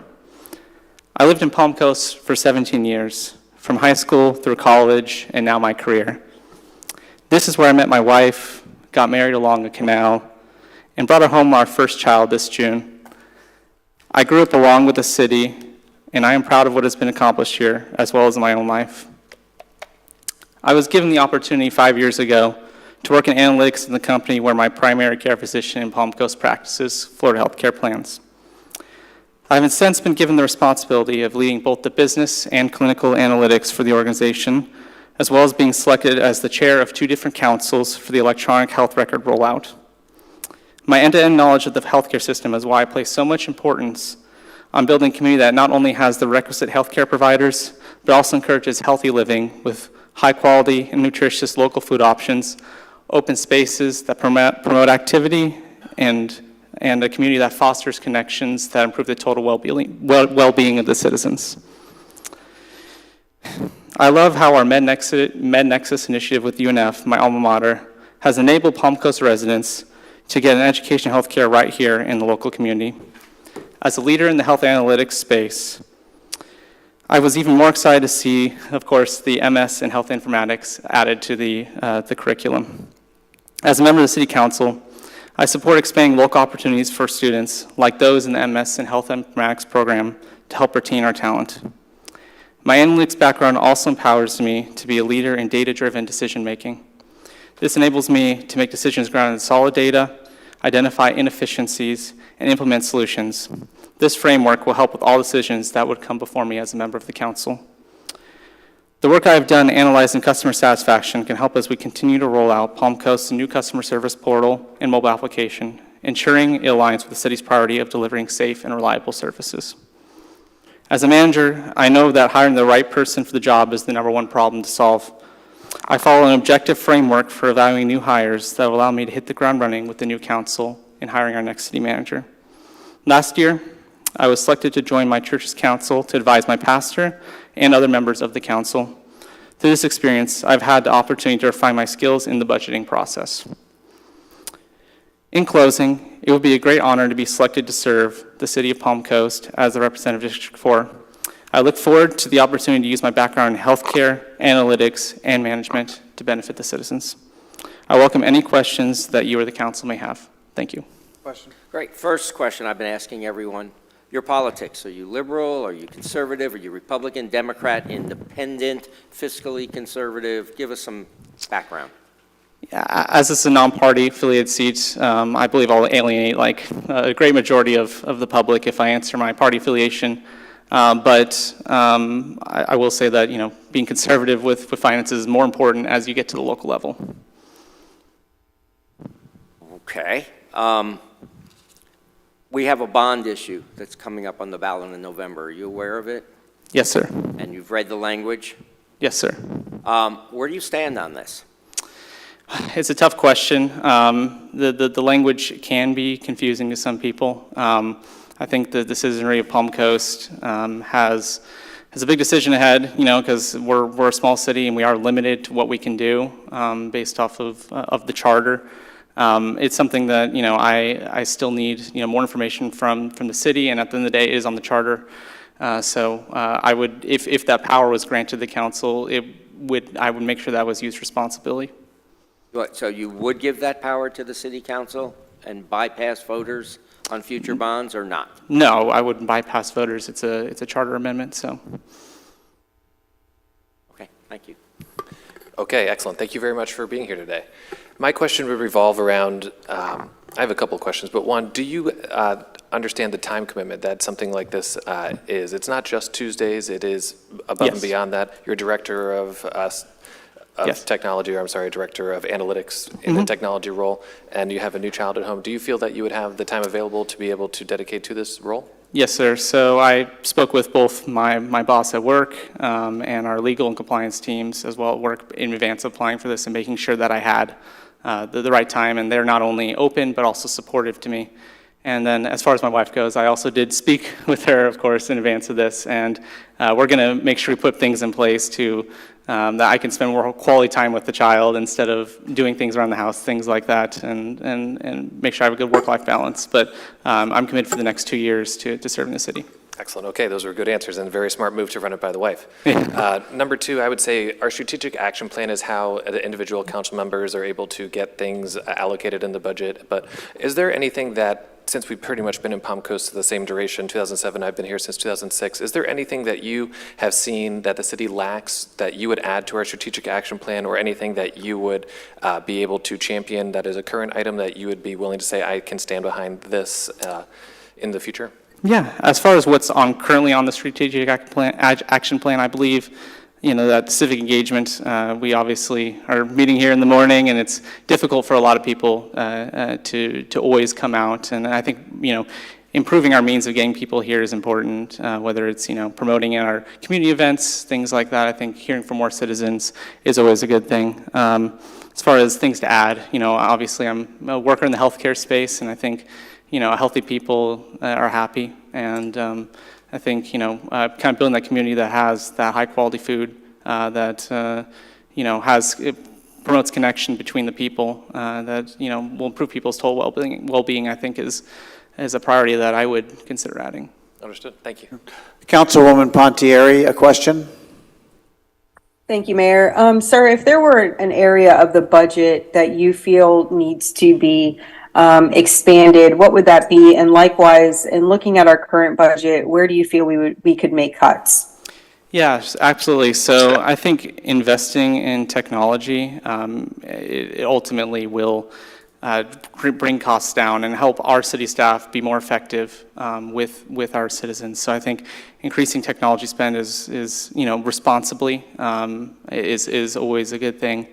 As far as cuts go, I think the city manager and I think they work really hard, and I think our citizens really expect a high quality of life here. And I evaluate everything as it comes before the council. But it's really hard, to make cuts, and where our city manager has already proposed cuts and things like that. Another question? So, and I can appreciate that answer, but I'm going to drill down on it a little bit more because yes, our city manager did make some cuts this year. But my question is more, have you had the opportunity to look at our budget and figure out what you would look to, where you would look for cost savings in the future?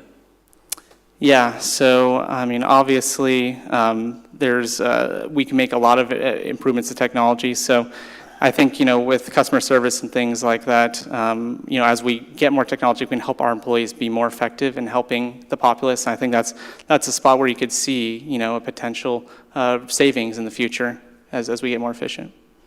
Okay. Thank you. A question for you. You currently hold a position as a director, so I don't know what your career path is there. Do you suppose there would be any conflict between your future career path at your current employer and running as a city council member? Not just, I'm looking beyond the 2-year appointment. So the hope for continuity would be, are you interested in serving the 2 years, but then obviously filling out and campaigning for a 4-year term following that? The question really is, how does this affect your director level position at your career?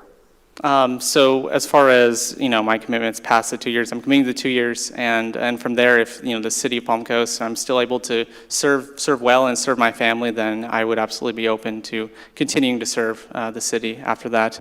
As far as my career goes, I've talked with my leaders at the company, and they're very even supportive of me pursuing this and making the time in order to serve my city. Very good. All right, I thank you for your coming today. Good. Absolutely. Okay. Thank you. Thank you.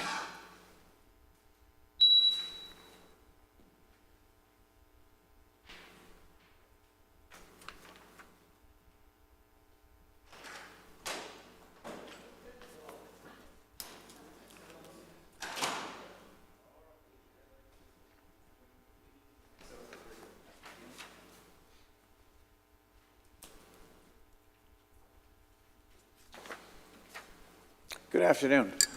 If you would, just start with 3 minutes for kind of your introduction and tell us what you'd like, and then we'll do some question and answer following that, okay? Thank you, sir. All right. My name is Ronald Nakavare. I moved in the U.S. in 2015 of June, right here in Palm Coast. I'm a civil engineer from there. My degree is from Uganda. Originally, I'm from Uganda. My wife, she's a missionary. She came there and we met and we fell in love. And she came back to the U.S., did the migration paperwork for 2 years, and she got me here. I became a citizen in 2019. I have lived in Palm Coast since 2015. It's coming out to 9 years in Palm Coast. I have an experience with engineering. I had a company in Africa. I have been community coaching soccer, refereeing soccer in Palm Coast, FPC, Matanzi, Foida Elite. So when I saw this position up, I said I can serve the community in another capacity on the council membership. Very good. All right, thank you. Question? Thank you. I've asked this of every applicant, so I'll ask it of you. Yes, sir. Your politics, are you Republican, Democrat, liberal, independent, fiscally conservative? Give us a general idea of where you stand. Mr. Denko, I'm not here for political ideology. I'm here to serve the people of Palm Coast. I don't care what they believe in, their ideology. Well, but So we I need don't to have know. a political. I mean, will you be looking at raising taxes as a solution or cutting budgets as a solution? We need to know something about That's not you. a political ideology. That's an economic standpoint. Well, for it's a the with the political budget. view too for some Yes. folks. So If you can't answer the question, you can't answer the question. That's fine. I don't have any political ideology. Thank you. No further questions. Thank you very much for being here today. I would like to ask, are there any initiatives that you would like to see incorporated into our strategic action plan, or anything that the city of Palm Coast isn't doing today that you could see making a major change in the trajectory of Palm Coast? So any specific items that you feel are near and dear to your heart that you would like to see adopted by our city council? Yes. When I moved here in 2015, I see a big difference after 9 years. I used to meet a lot of seniors who live in Palm Coast. Most of them are from New York. Now, when I meet them, they complain about too much traffic, too much young kids here. We came here to retire. So the developments and the projects I'm seeing, the growth is amazing. But because when I did my research, Palm Coast, Flagler County was originally for retirees, but I met grandparents raising grandkids. Even on soccer, the kids I found when they are 10, they are encouraged. Some of them are getting married now. So there is a lot of pressure when it comes to the development of, like, the soccer complex. I don't know, the manager, Lauren, and I heard about her name when it comes to the rec directors. So we fight for fields. So we need an expansion because the parents are in the soccer department, but they are kids who play football, they are football who play flag, all other sports. So we need investment in that sector. So when I first moved here, PDA Academy from New Jersey, I heard there was a project that you were going to build Indian Trails, expand the fields. We really need, we need development in that sector. Understood. All right, thank you very much. Councilwoman Pontieri, another question? Yes, thank you, sir, for being here, and I want to commend you and your family for becoming citizens of our great nation. I know it's tough, and so I appreciate you doing that, and I appreciate you being willing to serve our city. I also can appreciate, too, your willingness to serve without looking at the national politics of things, only because this is a nonpartisan seat. And so my question is geared towards that. How will you work with your colleagues on the city council, knowing that there will be disagreements, in order to get policy across the finish line? Thank you, ma'am, for the question. The members of the council, the duty is to work for the people of Palm Coast. But what I have been noticing the previous meeting, there's a lot of drama. So I'm willing to get over the drama so that we work for the people of Palm Coast. So it's not arguing all the time, policies arguing. We have to be mature and say people need what people need, that people are tired of the drama for the members. Whoever is selected to be a member of the council should focus on working for the people of this small city, not the politics. Which people are you speaking about? The people of Palm Coast. Yes, but people are divided. People have different perceptions of what's right or Politicians wrong. divide the people. I mean, the question is, are you speaking for the people that want to cut taxes? or the people that want to tax and spend. You have to pick a side in life. There's no in-between in this up here. There really isn't. We do have battles that go on back and forth, and we have disagreements, and we have people in the public that take one side or another side. At some point, you have to pick a side. That's just a suggestion. Okay, thank you, you brought up the taxes. That's different from the ideology, the question you first asked. Nobody wants high taxes. Nobody want high taxes. Okay, so how would you cut taxes? That could have been your first question. How? So, with if you want me to answer about taxes, I'm just nobody asking. wants high taxes. Okay. So the proposals which are out there to raise most of the budget of Palm Coast comes from residential taxes. So people are suffering with their mortgages going up. I heard people want to be charged to use Flagler Beach. So if you want to charge somebody who lives in Palm Coast, and then you charge him how many times he goes to Flagler Beach, people don't want that. So the city doesn't want high taxes. I'm against high taxes, taxing residents. So if that doesn't answer your question on Well, taxes. To start? Yes. So the other thing is there presently on the ballot is an amendment to change the city charter. Are you aware of it? To change the city charter? City charter, right. It's on bonds. It's to, basically, right now, the city has a cap on bonds, $15 million per bond, 36-month payback, and those things would have to go on a ballot. There's now an amendment to remove that, to basically give city council the authority to sell bonds without the voters voting on it, and basically, pretty much the sky's the limit. A blank check, some guardrails, but pretty much a blank check. Are you in favor or opposed to that amendment? And if you're not familiar with it, that's okay. You can say you're not familiar. I haven't looked into that, but okay. I'm against hiring taxes. Palm Coast we have even a tax on gas, an extra tax for the school board, so we don't need more taxes. Thank you. Very good. Councilman Pontieri, were there any additional questions at this time? No, Mayor, I don't have any questions. Thank you, sir, for coming today. I appreciate it. Thank you.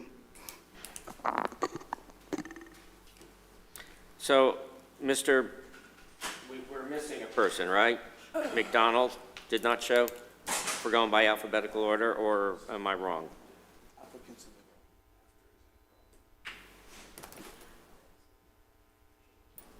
Did you ask a question? Yeah, are we missing a person? Yes, Mr. McDonald is not here. Okay. Afternoon. Afternoon. Go ahead and take 3 minutes to, give or take, to an opening statement, if you like. Tell us about yourself, and then we'll kind of open it up for some question and answer from the city council members. Will do. My name is Meredith Rodriguez. I've lived in Palm Coast for nearly 20 years. Next year is my 20th anniversary. I came from New Hampshire, went to college in Delaware, and moved to Tallahassee because it was post 9/11 job market and there were no jobs in the Northeast. So I lived in Tallahassee with a friend at FSU, got my first communications job there. That's where I met my then husband, whose family lived in Palm Coast. So the story begins there. We moved here again 20 years ago and have been thrilled to be here since. I am raising 2 children in the Flagler school system, 2 girls, 9 and 13, flourishing there. This is a perfect place to raise a family. My first job was at Flagler County Chamber of Commerce, where at the time we had 900 members. It was at its height of success. I had the opportunity to get to know many business leaders, owners, and elected officials, and much exposure to the influence that a chamber could have on the community, and at that time it was very influential. So it was a great experience. I graduated from Leadership Flagler through that as a staff member alongside our members, and had the opportunity to visit many different government entities and amenities and facilities, including the Palm Coast Water Treatment Plan, which, believe it or not, was mind-blowing at the time. I'd never seen such a thing. So since then, I've had several jobs serving in a communications role, and now am working for a land developer here in Flagler County. I have been with them for 6 years, have had the incredible opportunity to learn what smart growth and development looks like. We take this role role of responsibility very seriously, and I have had the exposure of the ins and outs of these kinds of projects in a way that I don't think anyone could ever have unless you worked for one of them. It's been very impactful in the way that I look at the growth of a city. So there's that. I am excited about the opportunity for District 4 to have opened. I think I always looked at public service as an opportunity, but there hadn't been one in my district in quite some time that looked available. So I am here today to tell you that I would be very honored to have that role. I consider myself, with the 20 years here and working in the workforce and as a mom, I think I have offered quite an interesting viewpoint for the role. Thank you for that. Sure. Question? So you work for a land developer? I do. Who is that? Sunbelt Land Management. Okay, so we have issues that come up here on development a Of lot. course. You might find yourself in a situation where you might have to abstain. Sure. You're aware of that? I am aware of that. And- I am aware that, as of now, my company does not have any As of now? development, yes. Yes. And if that were to change, I would absolutely recuse myself for that purpose. It's a possibility, Yes. you never know. Of course, things change. There is an amendment that's coming up on the ballot in November concerning our city charter. Are you aware of it? I am aware of it. And where do you stand on it? What do I you feel? support it. You support it? Strongly. Mhm. Strongly? Yes. So you strongly support taking away the rights of voters and putting it in the hands of 3 people on this council? I strongly support the concept of no longer paying as we go, but rather taking a more strategic approach to our fiscal And having decision-making. future residents pay? Correct. Like your kids and your grandkids? Correct. Okay, I'm done. Thank you. Councilman Glufus. Thank you very much for being here this afternoon. Sure, thank you. My question would be, over the last 20 years that you've been in Palm Coast and you've seen Palm Coast growing, our strategic action plan has also morphed along the way. And is there anything that exists on our strategic action plan today that you would say you're a huge champion of? Or are there any initiatives that you're bringing from the outside in that you would like to see adopted into our strategic action plan so that these type of initiatives can have funding? Sure. So I agree. I mean, all 4 pillars are incredible. Strong, resilient economy, obviously critical to our future and our current existence. I do also believe in civic engagement. I think it's very, very important to the government as a whole and to the citizens of Palm Coast. I think there's probably areas there that we could work better at. We could have a closer relationship sometimes, I think, with the citizens of Palm Coast and maybe communicate with them a little better along the way. Understood. All right, thank you very much. Sure. Councilwoman Pontieri, a question? Yes, thank you, Mayor.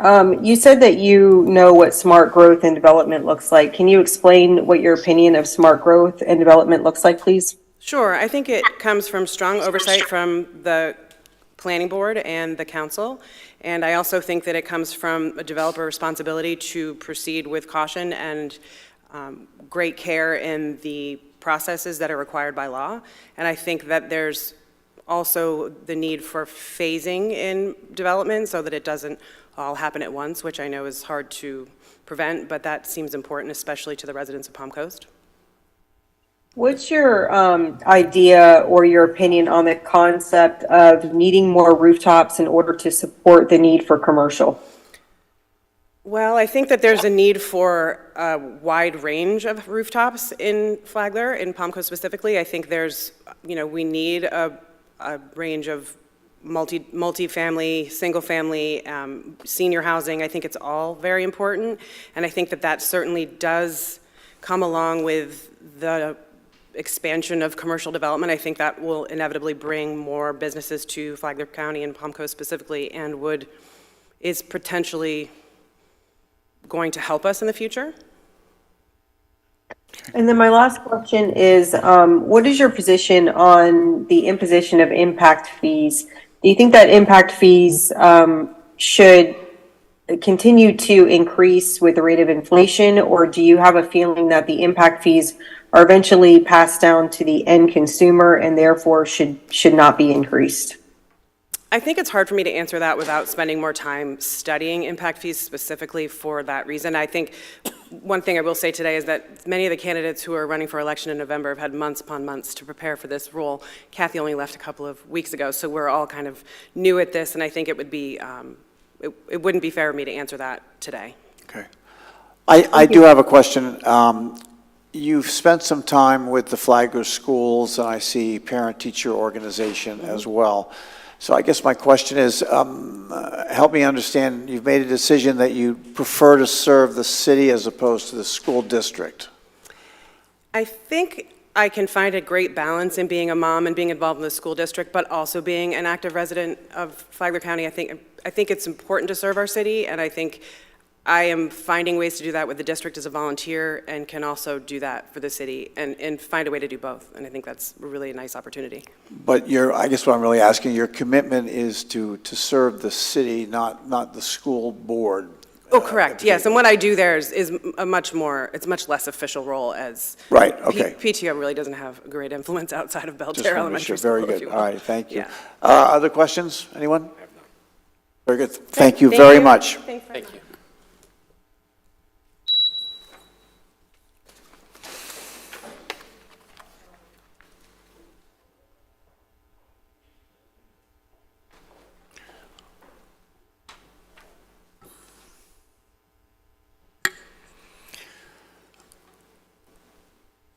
Good afternoon again.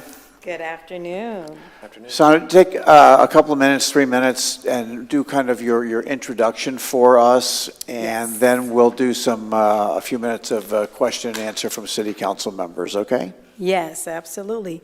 Greetings. My name is Sandra Shank, and it is my distinct honor to stand before you today as I seek to represent the citizens of Palm Coast as an appointed member of the City Council District 4 seat. I am an intentional leader focused on solutions that lead to comprehensive, impactful results that are beneficial to all involved. The City of Palm Coast is an ecosystem consisting of residents, businesses, educational institutions, nonprofit organizations, and enterprises that, when working together, can ensure a quality of life that is balanced, healthy, and productive for everyone. As a leader within this community, it is my responsibility to approach my commitments with integrity and transparency. As Vice Chair of the Planning Board, I have demonstrated the ability to effectively analyze and evaluate applications and to question applicants and staff when necessary to ensure that my vote is based upon facts. I have demonstrated the ability to conduct myself with decorum and respect, even if I oppose the motion being made. The City of Palm Coast is facing challenging decisions that will have significant impact within the next 3 to 5 years. We have diligently worked to engage the community in the comprehensive plan update, Imagine 2050. As Vice Chair of the Board, I have actively engaged in this process by providing constructive feedback to staff. On July 9th, I attended staff's presentation to this City Council during a workshop, at which time I approached this podium and I expressed concerns regarding the exploration of alternative water supply and the potential impact on individuals facing health challenges. I questioned the sewer capacity and shortage that we are facing, protecting our natural resources, and historical preservation. However, I didn't stop at simply raising concerns. I offered alternative funding solutions, such as EPA funding to address infrastructure needs, identifying and protecting wetlands through an update wetland delineation process, acquiring and protecting our natural resources through mental health funding, and to develop create a historical land trust to preserve historical lands. Also, the creation of a 501c3 to allow the city to receive donations and grants to minimize the impact of future development on sensitive lands. I informed this city council that while serving as Attorney General in October of 2006, Charlie Crist responded to the City of Miami Gardens' request to create a nonprofit for municipal purposes as follows. He stated, accordingly, absent any express statutory or constitutional prohibition to the contrary, it is my opinion that a municipality may create a nonprofit corporation to accept donations and grants to be used in furtherance of municipal priorities. Increasing property taxes, utility fees, and impact fees are not the only solutions to maintaining and sustaining the city of Palm Coast. I am a transformational leader who intentionally identify needs with the focus on problem solving to create solutions that will be impactful for generations to come. As a Rotarian, I firmly believe in service above self, as demonstrated in my service to this community. May the service to this community that I've done speak for me. I have shown up not because of an agenda. I am here because of my love for my community and the people that I am blessed to serve. Thank you for that question. Well, I think the fact that we just reappointed you this morning says something. Thank you. I do appreciate what the planning board does, and we find ourselves a lot of times agreeing. Sometimes we do disagree, but we're normally fairly close. So I appreciate the work, and I know you bring a lot of understanding of that process to council. If you were to make that move over here, of course, then we'd have to find somebody to replace you, but that's fine. But I did want to ask a few questions here, because you did, well, a couple of things, because you've had some background here and everything. You're going to be sort of on the same side, only from a different playing field, I guess, dealing with future growth and developers and attorneys and the whole 9 yards that goes with it, plus the public, which you're used to doing too, obviously, because you deal with public comment. But just on a couple of, you had mentioned donating and stuff, and an initiative that was done once, and it'd be great. I wish people would reach in their pocket and just donate, but for the most part, folks, you know, they don't want to reach in their pocket, especially right now. They're hurting. Price of gas, price of food, price of everything through the roof. Where do you stand on taxes? Are you fiscally conservative? Are you going to be looking to increase taxes? Or are you going to be looking at cutting expenses, which may include staff? So, as I stated, I believe that there are alternatives to funding that we don't always have to go with raising taxes. So I am fiscally conservative. I founded my own nonprofit 23 years ago, and we are very we're very conservative. I believe in managing the resources that we've been given, and to being a wise steward over those resources. As I stated in my opening speech, that there are alternatives to funding that need to be explored, such as the infrastructure needs that we currently face, looking at EPA funding.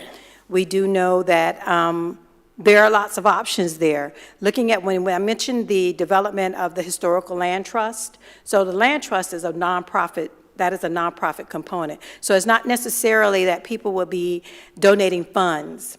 I believe that on July 7th, when I was here for that meeting, one of the things that came up was the first home that was built by ITT, and how could we preserve or make that historical preservation to that property. And I mentioned that if we create something like that, you incentivize the homeowners to be able to deposit that land into a land trust and acquiring sensitive lands. So when you talk about working with developers, again, one of the things when engaging our community through this comp plan update process, one of the things that we value is what our natural resources here. So working with developers, that if someone is acquiring a massive piece of land, and they may have some lands that they are willing to donate back into a land trust. So that's what I'm talking about, really thinking outside of the box. Impact fees, taxes don't have to be the first line, and increasing utility fees. That's not the first line to be able to meet the needs and to sustain the needs of this city. Well, one of the things that I've noticed up here, tax increases always seem to be the first line. whether it's raising a sales tax 0.5%, or whether it's a franchise fee on an electric bill, and we had a battle about that the last year. Where would you stand on franchise fees on utilities?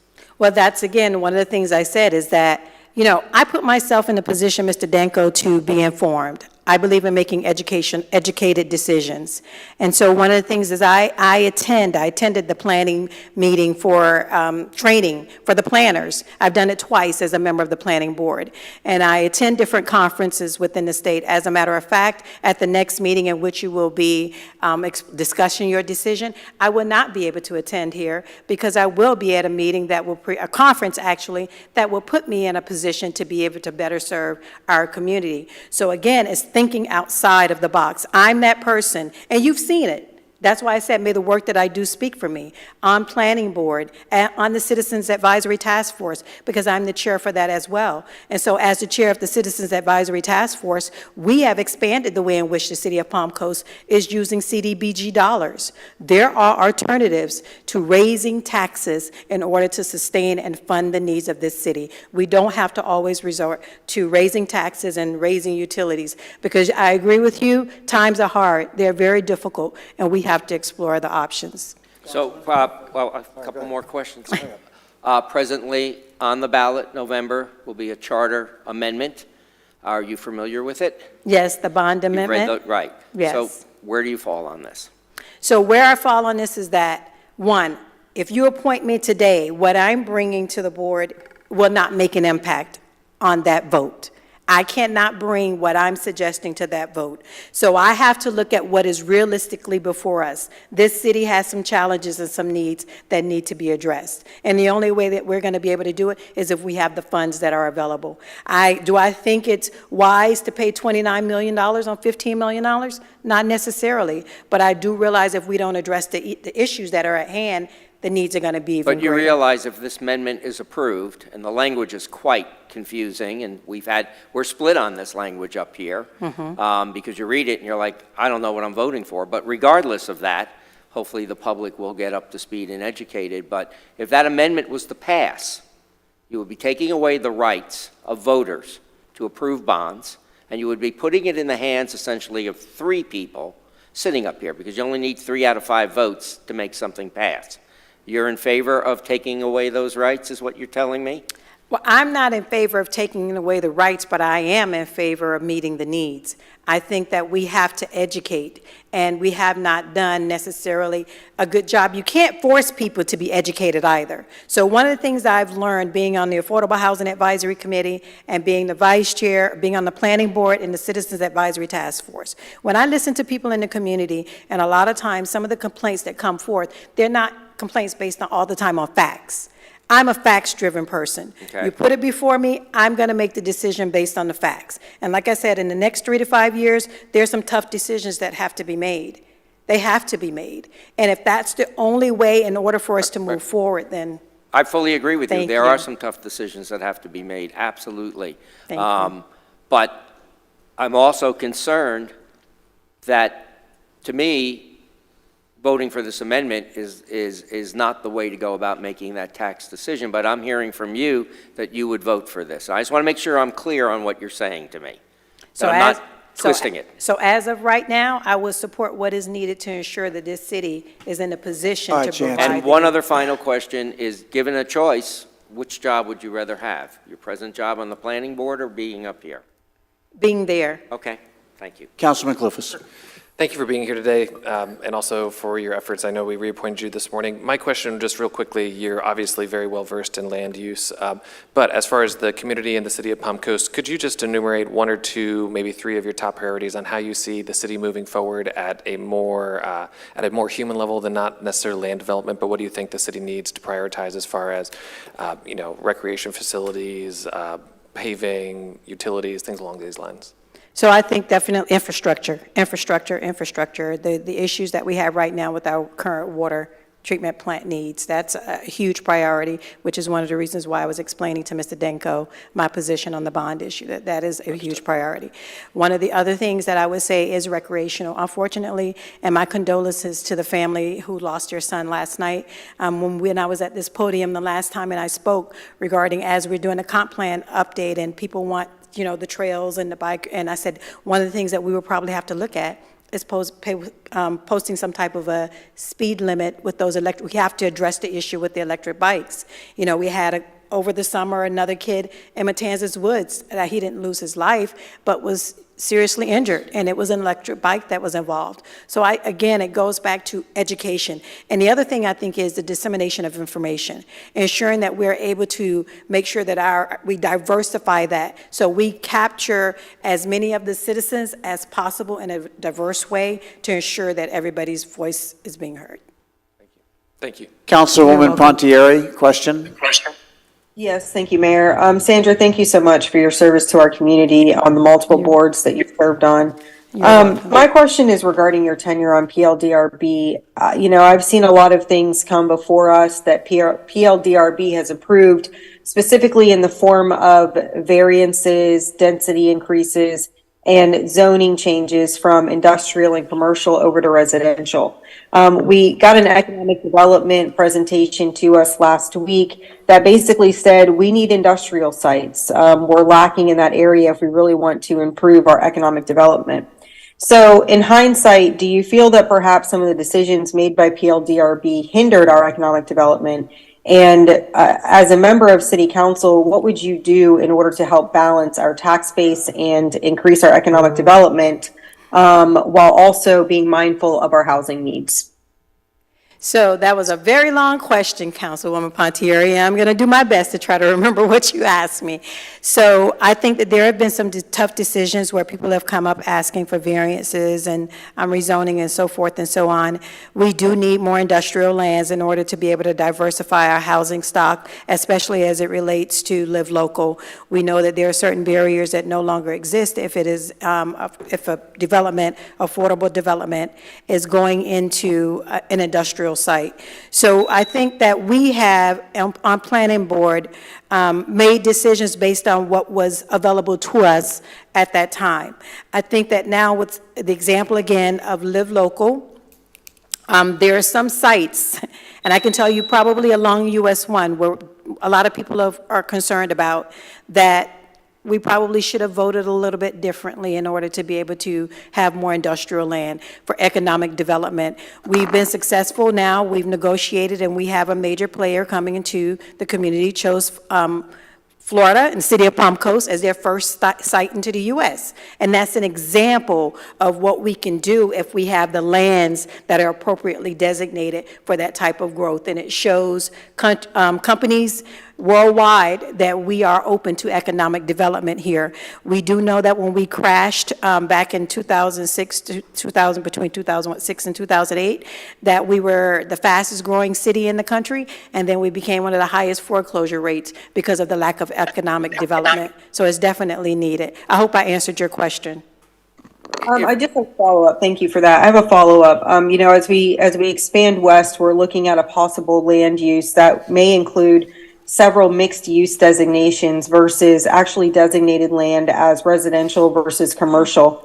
What is your position on having land use designations as mixed use versus forcing a developer, per what they previously agreed to designating certain lands as industrial only? Well, I think with that DRI, it is very, very important that whomever is appointed to this seat does understand land development, does understand the land development code, and we have a unique opportunity because I think that is one of the largest plots of land that's available now, that if we don't get it right with this one, we could potentially miss the opportunity of really defining what mixed use looks like and ensuring that we have all of the designations that are needed to address economic development as well as our current housing needs. Thank you. I have no further questions, Mayor. Thank you, Sandra. I just have one follow-up very quickly on Live Local. Where do you stand on it? I support it. You do? Yes. You support it, okay. Yes. Thank you. I think that people need to be educated on it, for sure, but it's a huge potential to address affordable housing. And while I'm saying that, real quick, Mayor, I know the affordable housing, I just like to make sure that people understand what we're talking about when we say affordable housing. Every opportunity I get, I'm going to define this, that you can call it workforce housing, attainable housing. It doesn't matter. If you're spending more than 30% of your gross monthly income on housing, you're no longer living affordably. Live Local is more than just affordable housing. It's workforce housing, it's some commercial, and it obviously was supported overwhelmingly in Tallahassee. I think there was only one vote against it.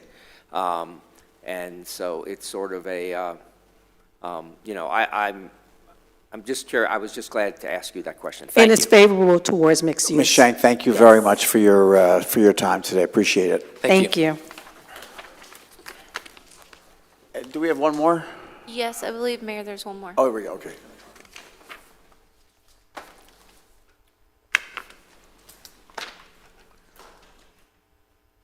Good afternoon. Hello. Good. If you would take 3 minutes and kind of introduce yourself and tell us about yourself, do your intro, and then we'll follow up with some question Q&A with you. Okay. Just briefly, I was born and raised in Victorville, California. Moved around the country. In 2013, I enlisted in the Army active duty. Moved around the world, so Japan, Virginia, Texas. I left active duty service in 2019. My wife had family in Palm Coast, so we moved here to Palm Coast. Since then, I got a graduate degree at UNF in public administration with a concentration in public policy. I now work for the Florida Army National Guard, hence the uniform. I am a traditional guardsman, which means a weekend warrior as well. That's my adult life. As to why I chose to run, I want to tell you just briefly about Victorville, California, where I grew up. When I grew up, so I was born in '85, so through the '80s and '90s, Victorville, California was a growing suburb. It was a nice place to live and affordable. As the years went on, it became something else.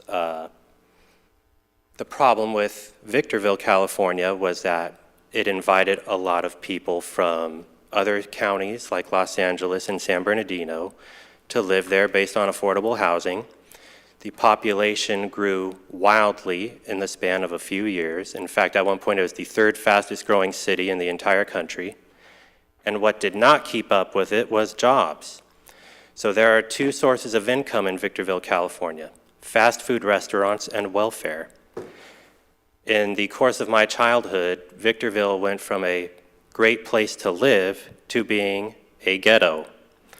And the reason why I decided to put my hat in for this is that I see the possibility that Palm Coast could also become a ghetto in as few as 10 years, based on my experience in Victorville. And that's my answer to that. Okay, question? Now, first, as a fellow serviceman, thank you for your service. Appreciate it very much. You're very welcome. Well, first, I think I know the answers to this, but I'm going to just ask. Where do you stand politically? Are you conservative, a liberal, tax and spender, a Republican, Democrat? Just give us a general idea of where you're at. I'm a Catholic, so I vote along Catholic values primarily. Where I think that is important for the city government here is that I am largely in favor of commercial development before residential development. Okay, that's great. We all want commercial development, but you can't tell somebody, somebody owns a piece of property and nobody wants to buy it, they're sort of stuck, and that's why they ask for zoning changes, as we know. But what would you do to attract businesses to come to Palm Coast? Because right now, we don't have a lot of them moving in.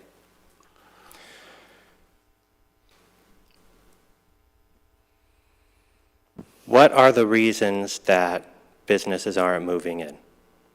I do not have that knowledge. What I can offer to you is that with the prerequisite knowledge, I would study and come with a good answer.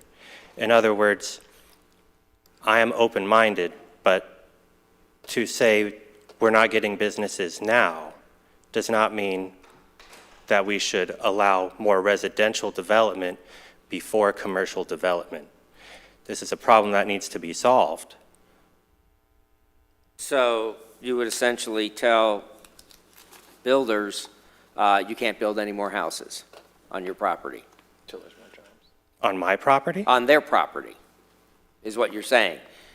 If we have developers out there, we have builders out there, they come in front of our planning board, they come in front of council, they want to build 200, 300 new homes, whether it's apartments, townhouses, single-family homes, senior retirement, gated communities, whatever. What you're telling me is you would draw a line and you would say to that property owner that, sorry, we don't want your 200 townhouses or whatever until we get some more commercial. Is that what you're essentially saying? What I'm essentially saying is that if you continue to build residential houses without having the commercial living wage jobs to back them up, people will start dealing drugs, and Palm Coast will become a ghetto. I understand exactly what you're saying, but our problem is getting commercial to invest in our community. So, and if you don't have an answer for it right now, I understand. I mean, that would be our desires, to get a lot more commercial here. Whether I owned 50 acres of a property zoned residential or commercial, if a commercial corporation came along and wanted to buy my property and I had it for sale, I wouldn't really care who bought it, as long as I got the price I wanted, obviously. But our problem is attracting those businesses. What I want to convey here is not that I have a solution and that I would sit on this board and press my solution onto the citizens of Palm Coast. What I have are values. And this is one of those values. The solutions will come, and they won't come solely from me. They'll come from a consensus.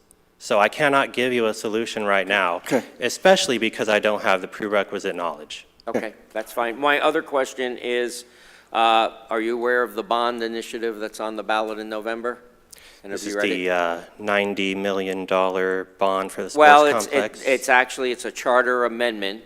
Presently, our charter only allows us to sell bonds at $15 million, no more, 36-month payback, and voters have to vote on it, essentially.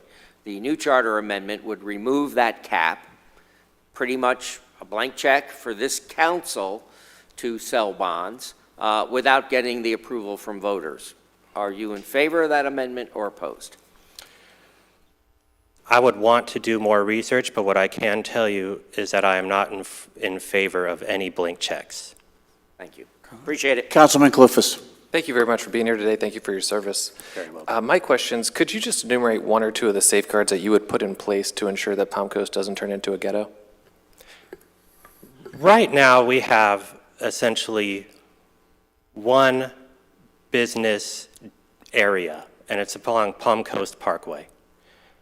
What we need is more businesses west of Belterre towards the one that allow us to not only alleviate traffic on Belterre and Palm Coast Parkway and growingly Highway 100, but those will also provide jobs, and more importantly, what types of jobs will we provide? Remember, I told you there were two sources of income in Victorville, California: fast food restaurants and welfare.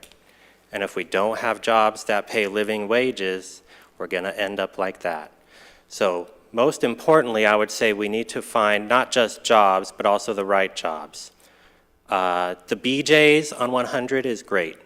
It would take every family member working at the BJ's to afford the cost of living in Palm Coast.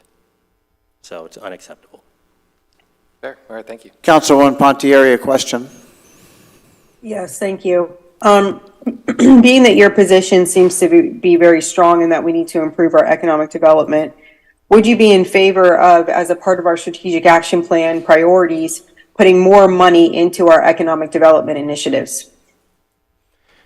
Yes, absolutely.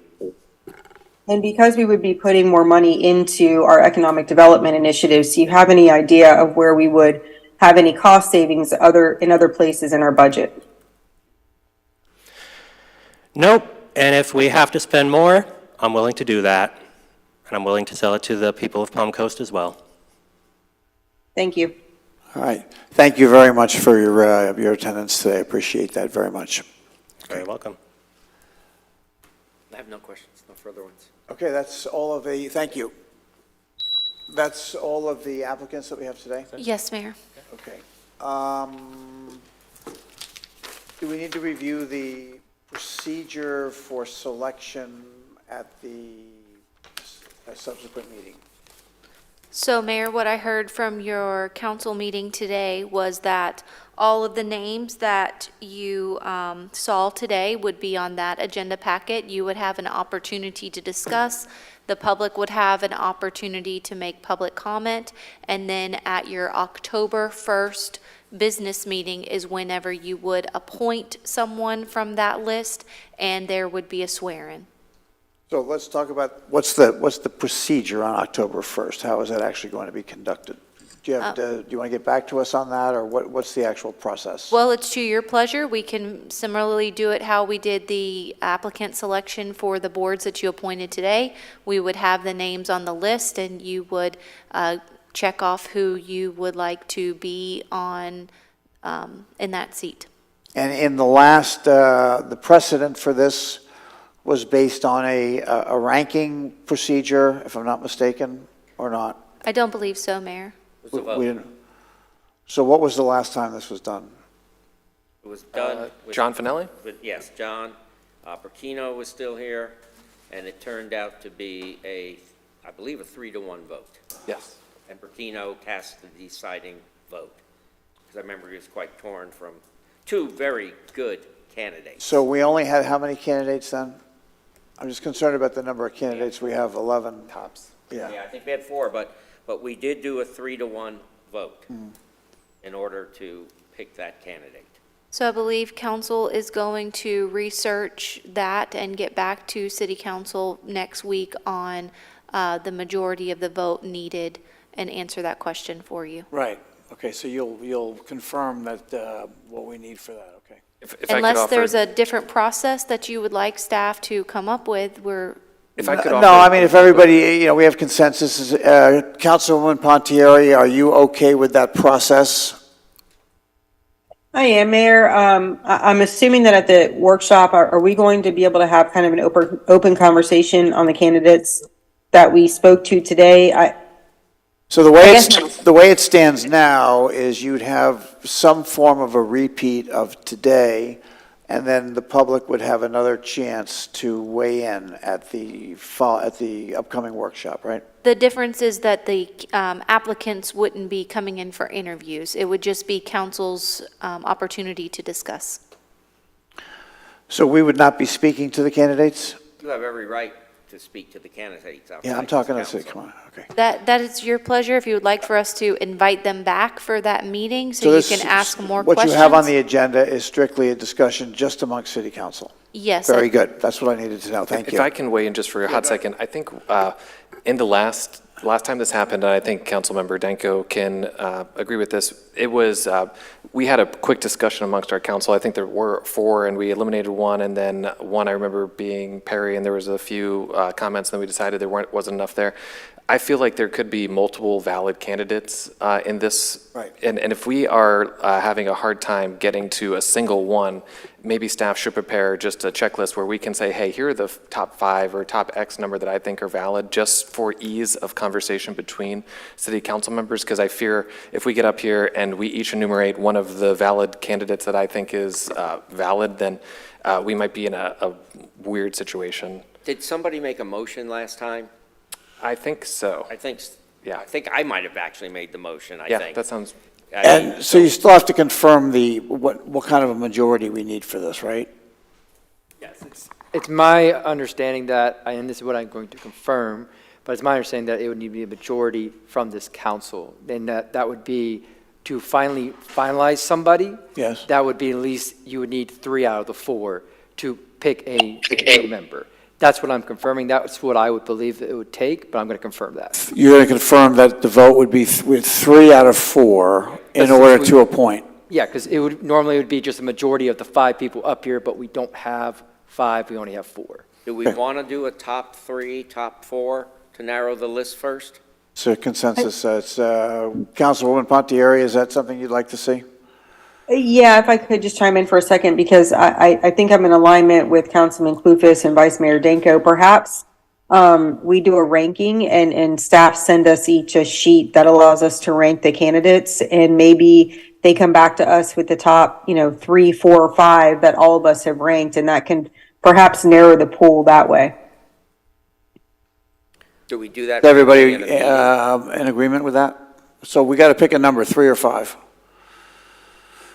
Well, And you have a legal problem with that, or does that work? Was that okay? Was that part of our process?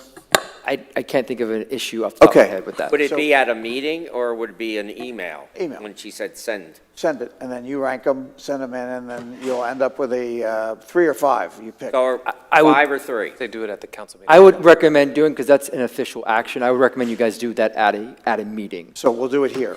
Do it here We'll do before it we here. vote. Now, let's decide now, 3 or 5. It's somewhat arbitrary, but what's your I would go with the top 3. top 3? I'm with 3. Sure. I was going to say 5, but if you can't do 5, just do 3. Councilwoman Pontieri, 3 or 5? I'm fine with either. 3 is good to me. So 3, we have a consensus on 3.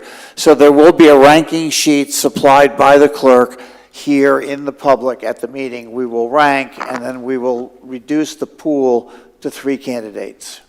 Okay?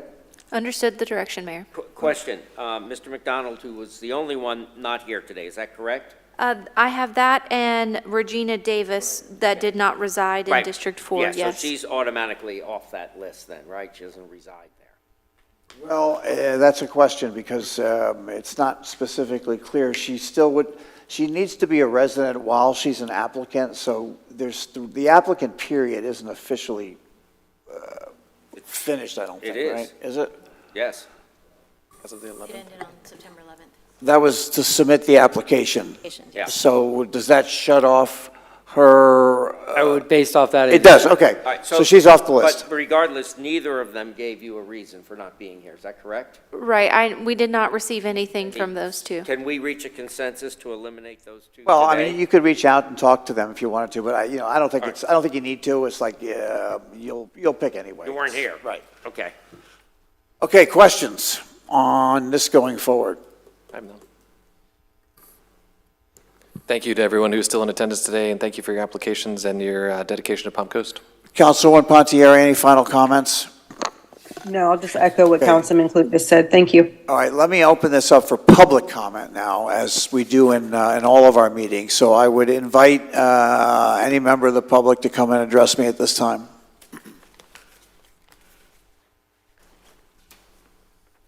Celia Puglisi in Palm Coast since 1991. Being here such a long time, I moved in here where we're not even incorporated yet. And we endure the living of ITT and what it was to live under the county before we all decided and rebelled and decided to incorporate for obvious reasons. Now, we're here now at the point on which we need somebody from District 4 to replace Ms. Hyder. And I've seen all these candidates very willing and with very good credentials. And for these candidates, whoever is going to take that seat, we have serious issues. We want to keep Palm Coast as beautiful as when we came here, and we have serious issues to resolve. We have the issues to resolve in District 4, the issue with the 5,000 complainers on this airport that does takeoff and landing practice with these schools in the airport 24/7, and the people cannot live there. I am already losing 3 outstanding residents, friends of mine, they're selling and leaving. We have the houses that are being flooded because higher bills are allowed in in those infill lots they have around or in new parcels all around us, including what it used to be our Matanzas Golf Course. People is flooding now in the L section. When I lived there, and I had a house live there, we never had that problem before. And we need to resolve the issues of 1,078 members that were denied by the 3 people in the school board, the usage of the school, the Belter Swim Club that they were using since the 80s. And they're handicapped early, children with limited income families. We have all those issues. We have the issue of the traffic. We just had 2 more deaths because we have an issue with the traffic and the speeders and the lack of sufficient roads. With all this increase in growth, we don't have good, sufficient, our infrastructure is failing us, our services are failing us because we are not getting enough money for the amount of people and traffic we're getting in. So these are the problems that this person is going to receive from us, asking, pleading with them to resolve these issues. And we hope that this time will be heard because changes are being done here in our council, sadly to me, because I'd like to have you here forever, but we can't because we are not heard. Thank you. Thank you for your comment. Are there any other members of the, yes, sir. Either one.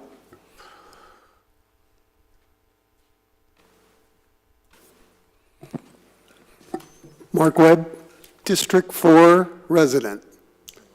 At this point, there's only 58 people online watching this presentation of one of the most important decisions that you council members will make to affect our future for the next 2 years. First of all, I wouldn't want to be in your seat to decide these amazing people that have come out of the woodwork. We just had an election, and I just listened to a plethora, my wife hates that word, by the way, of skilled people, talented, that didn't step up to run for election. That's a really serious question that we need to be asking our residents. Secondly, I find it amazing after this morning's adventure in selecting people that here today, you don't know what the process is to select these people. As Mr. Danko and Mr. Alpin and everybody, Mr. Alpin, experienced it, there's nothing in the charter that mandates a supermajority requirement, how the process will go for the selection. I would ask you, no, I would plead that you sit down and develop a process that's transparent, that is clear for the inevitable future health issues, retirement, transition of a city council member, and how they will be selected. Because this is not something that's never going to happen again. And understanding that a supermajority 3-1 may be an impossibility with the talent that we have behind myself that are out here looking to help Palm Coast. So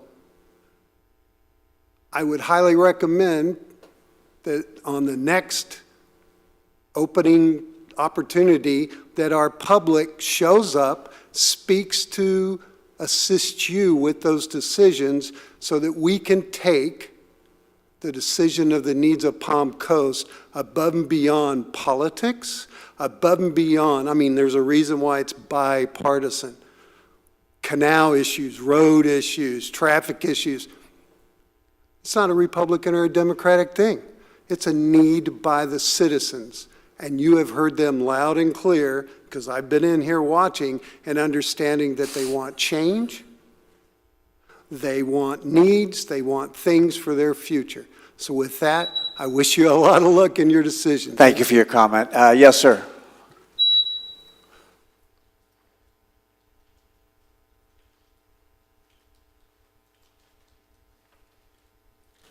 Good afternoon, George Mayo, Palm Coast.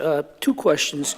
Mr. Trueheart is in the reserves, as we saw, and I'm not sure if Mr. Gambaro said he's still active reserves. My question is, if they were to be called up for duty, would that then leave a vacancy again? So that's a question to be asked. The second question is, my wife is obviously one of those 58 people that is watching online, and she texted me and asked me going forward, when we transmit that, can we have closed captions with it automatically? Thank you very much. Thank you for your question. We'll follow up on the closed caption question. Are there any other members of the public that would like to comment at this time? Seeing nobody come forward, I'll close public comment. And city council members, any final comments? I think that the gentleman's suggestion about having to revamp our charter for this situation is probably a very good suggestion. It's probably going to end up falling on the next council, but we don't have very specific rules on this. We had what we did the last time, and Nick and I are going by memory, but we need to define, do you need a supermajority? I think that's a great question. What do we do when there's 12 applicants or 9 or 10 applicants? We just decided we're going to each pick our top 3 or less, I guess, right? You could just pick 1 or 2. But I think we do need to focus on that, or at least pass it along to the next council, which the person that we're going to select will be part of, and Ms. Pontieri will be part of. But that is a charter amendment that we really need to do, in my opinion. Any other comments from city council members? Councilwoman Pontieri? No, Mayor, thank you. Councilman Clufus? I have none, thank you. Counselor? Just a point of information. So your policy procedures say that no votes require a supermajority, and your charter does not state anything in there that requires a supermajority vote. Okay, so the charter is silent on that, therefore the interpretation is clear. The charter says everything requires a majority vote. So Say it again? it says majority vote. Majority? Yeah, does Okay. not include any So words that say that answers the supermajority. question, so no super. City manager, any final comments? Is it a 2-vote then could do it? No, for this particular one, it's a majority of the council, so it'll be a 3 out of 5. It has to be 3. Yes, yes, sir. No, Mayor, no further comments. Okay, with that, motion to adjourn? Motion. Okay, second? Seconded, absolutely. Very good, all right, we're adjourned.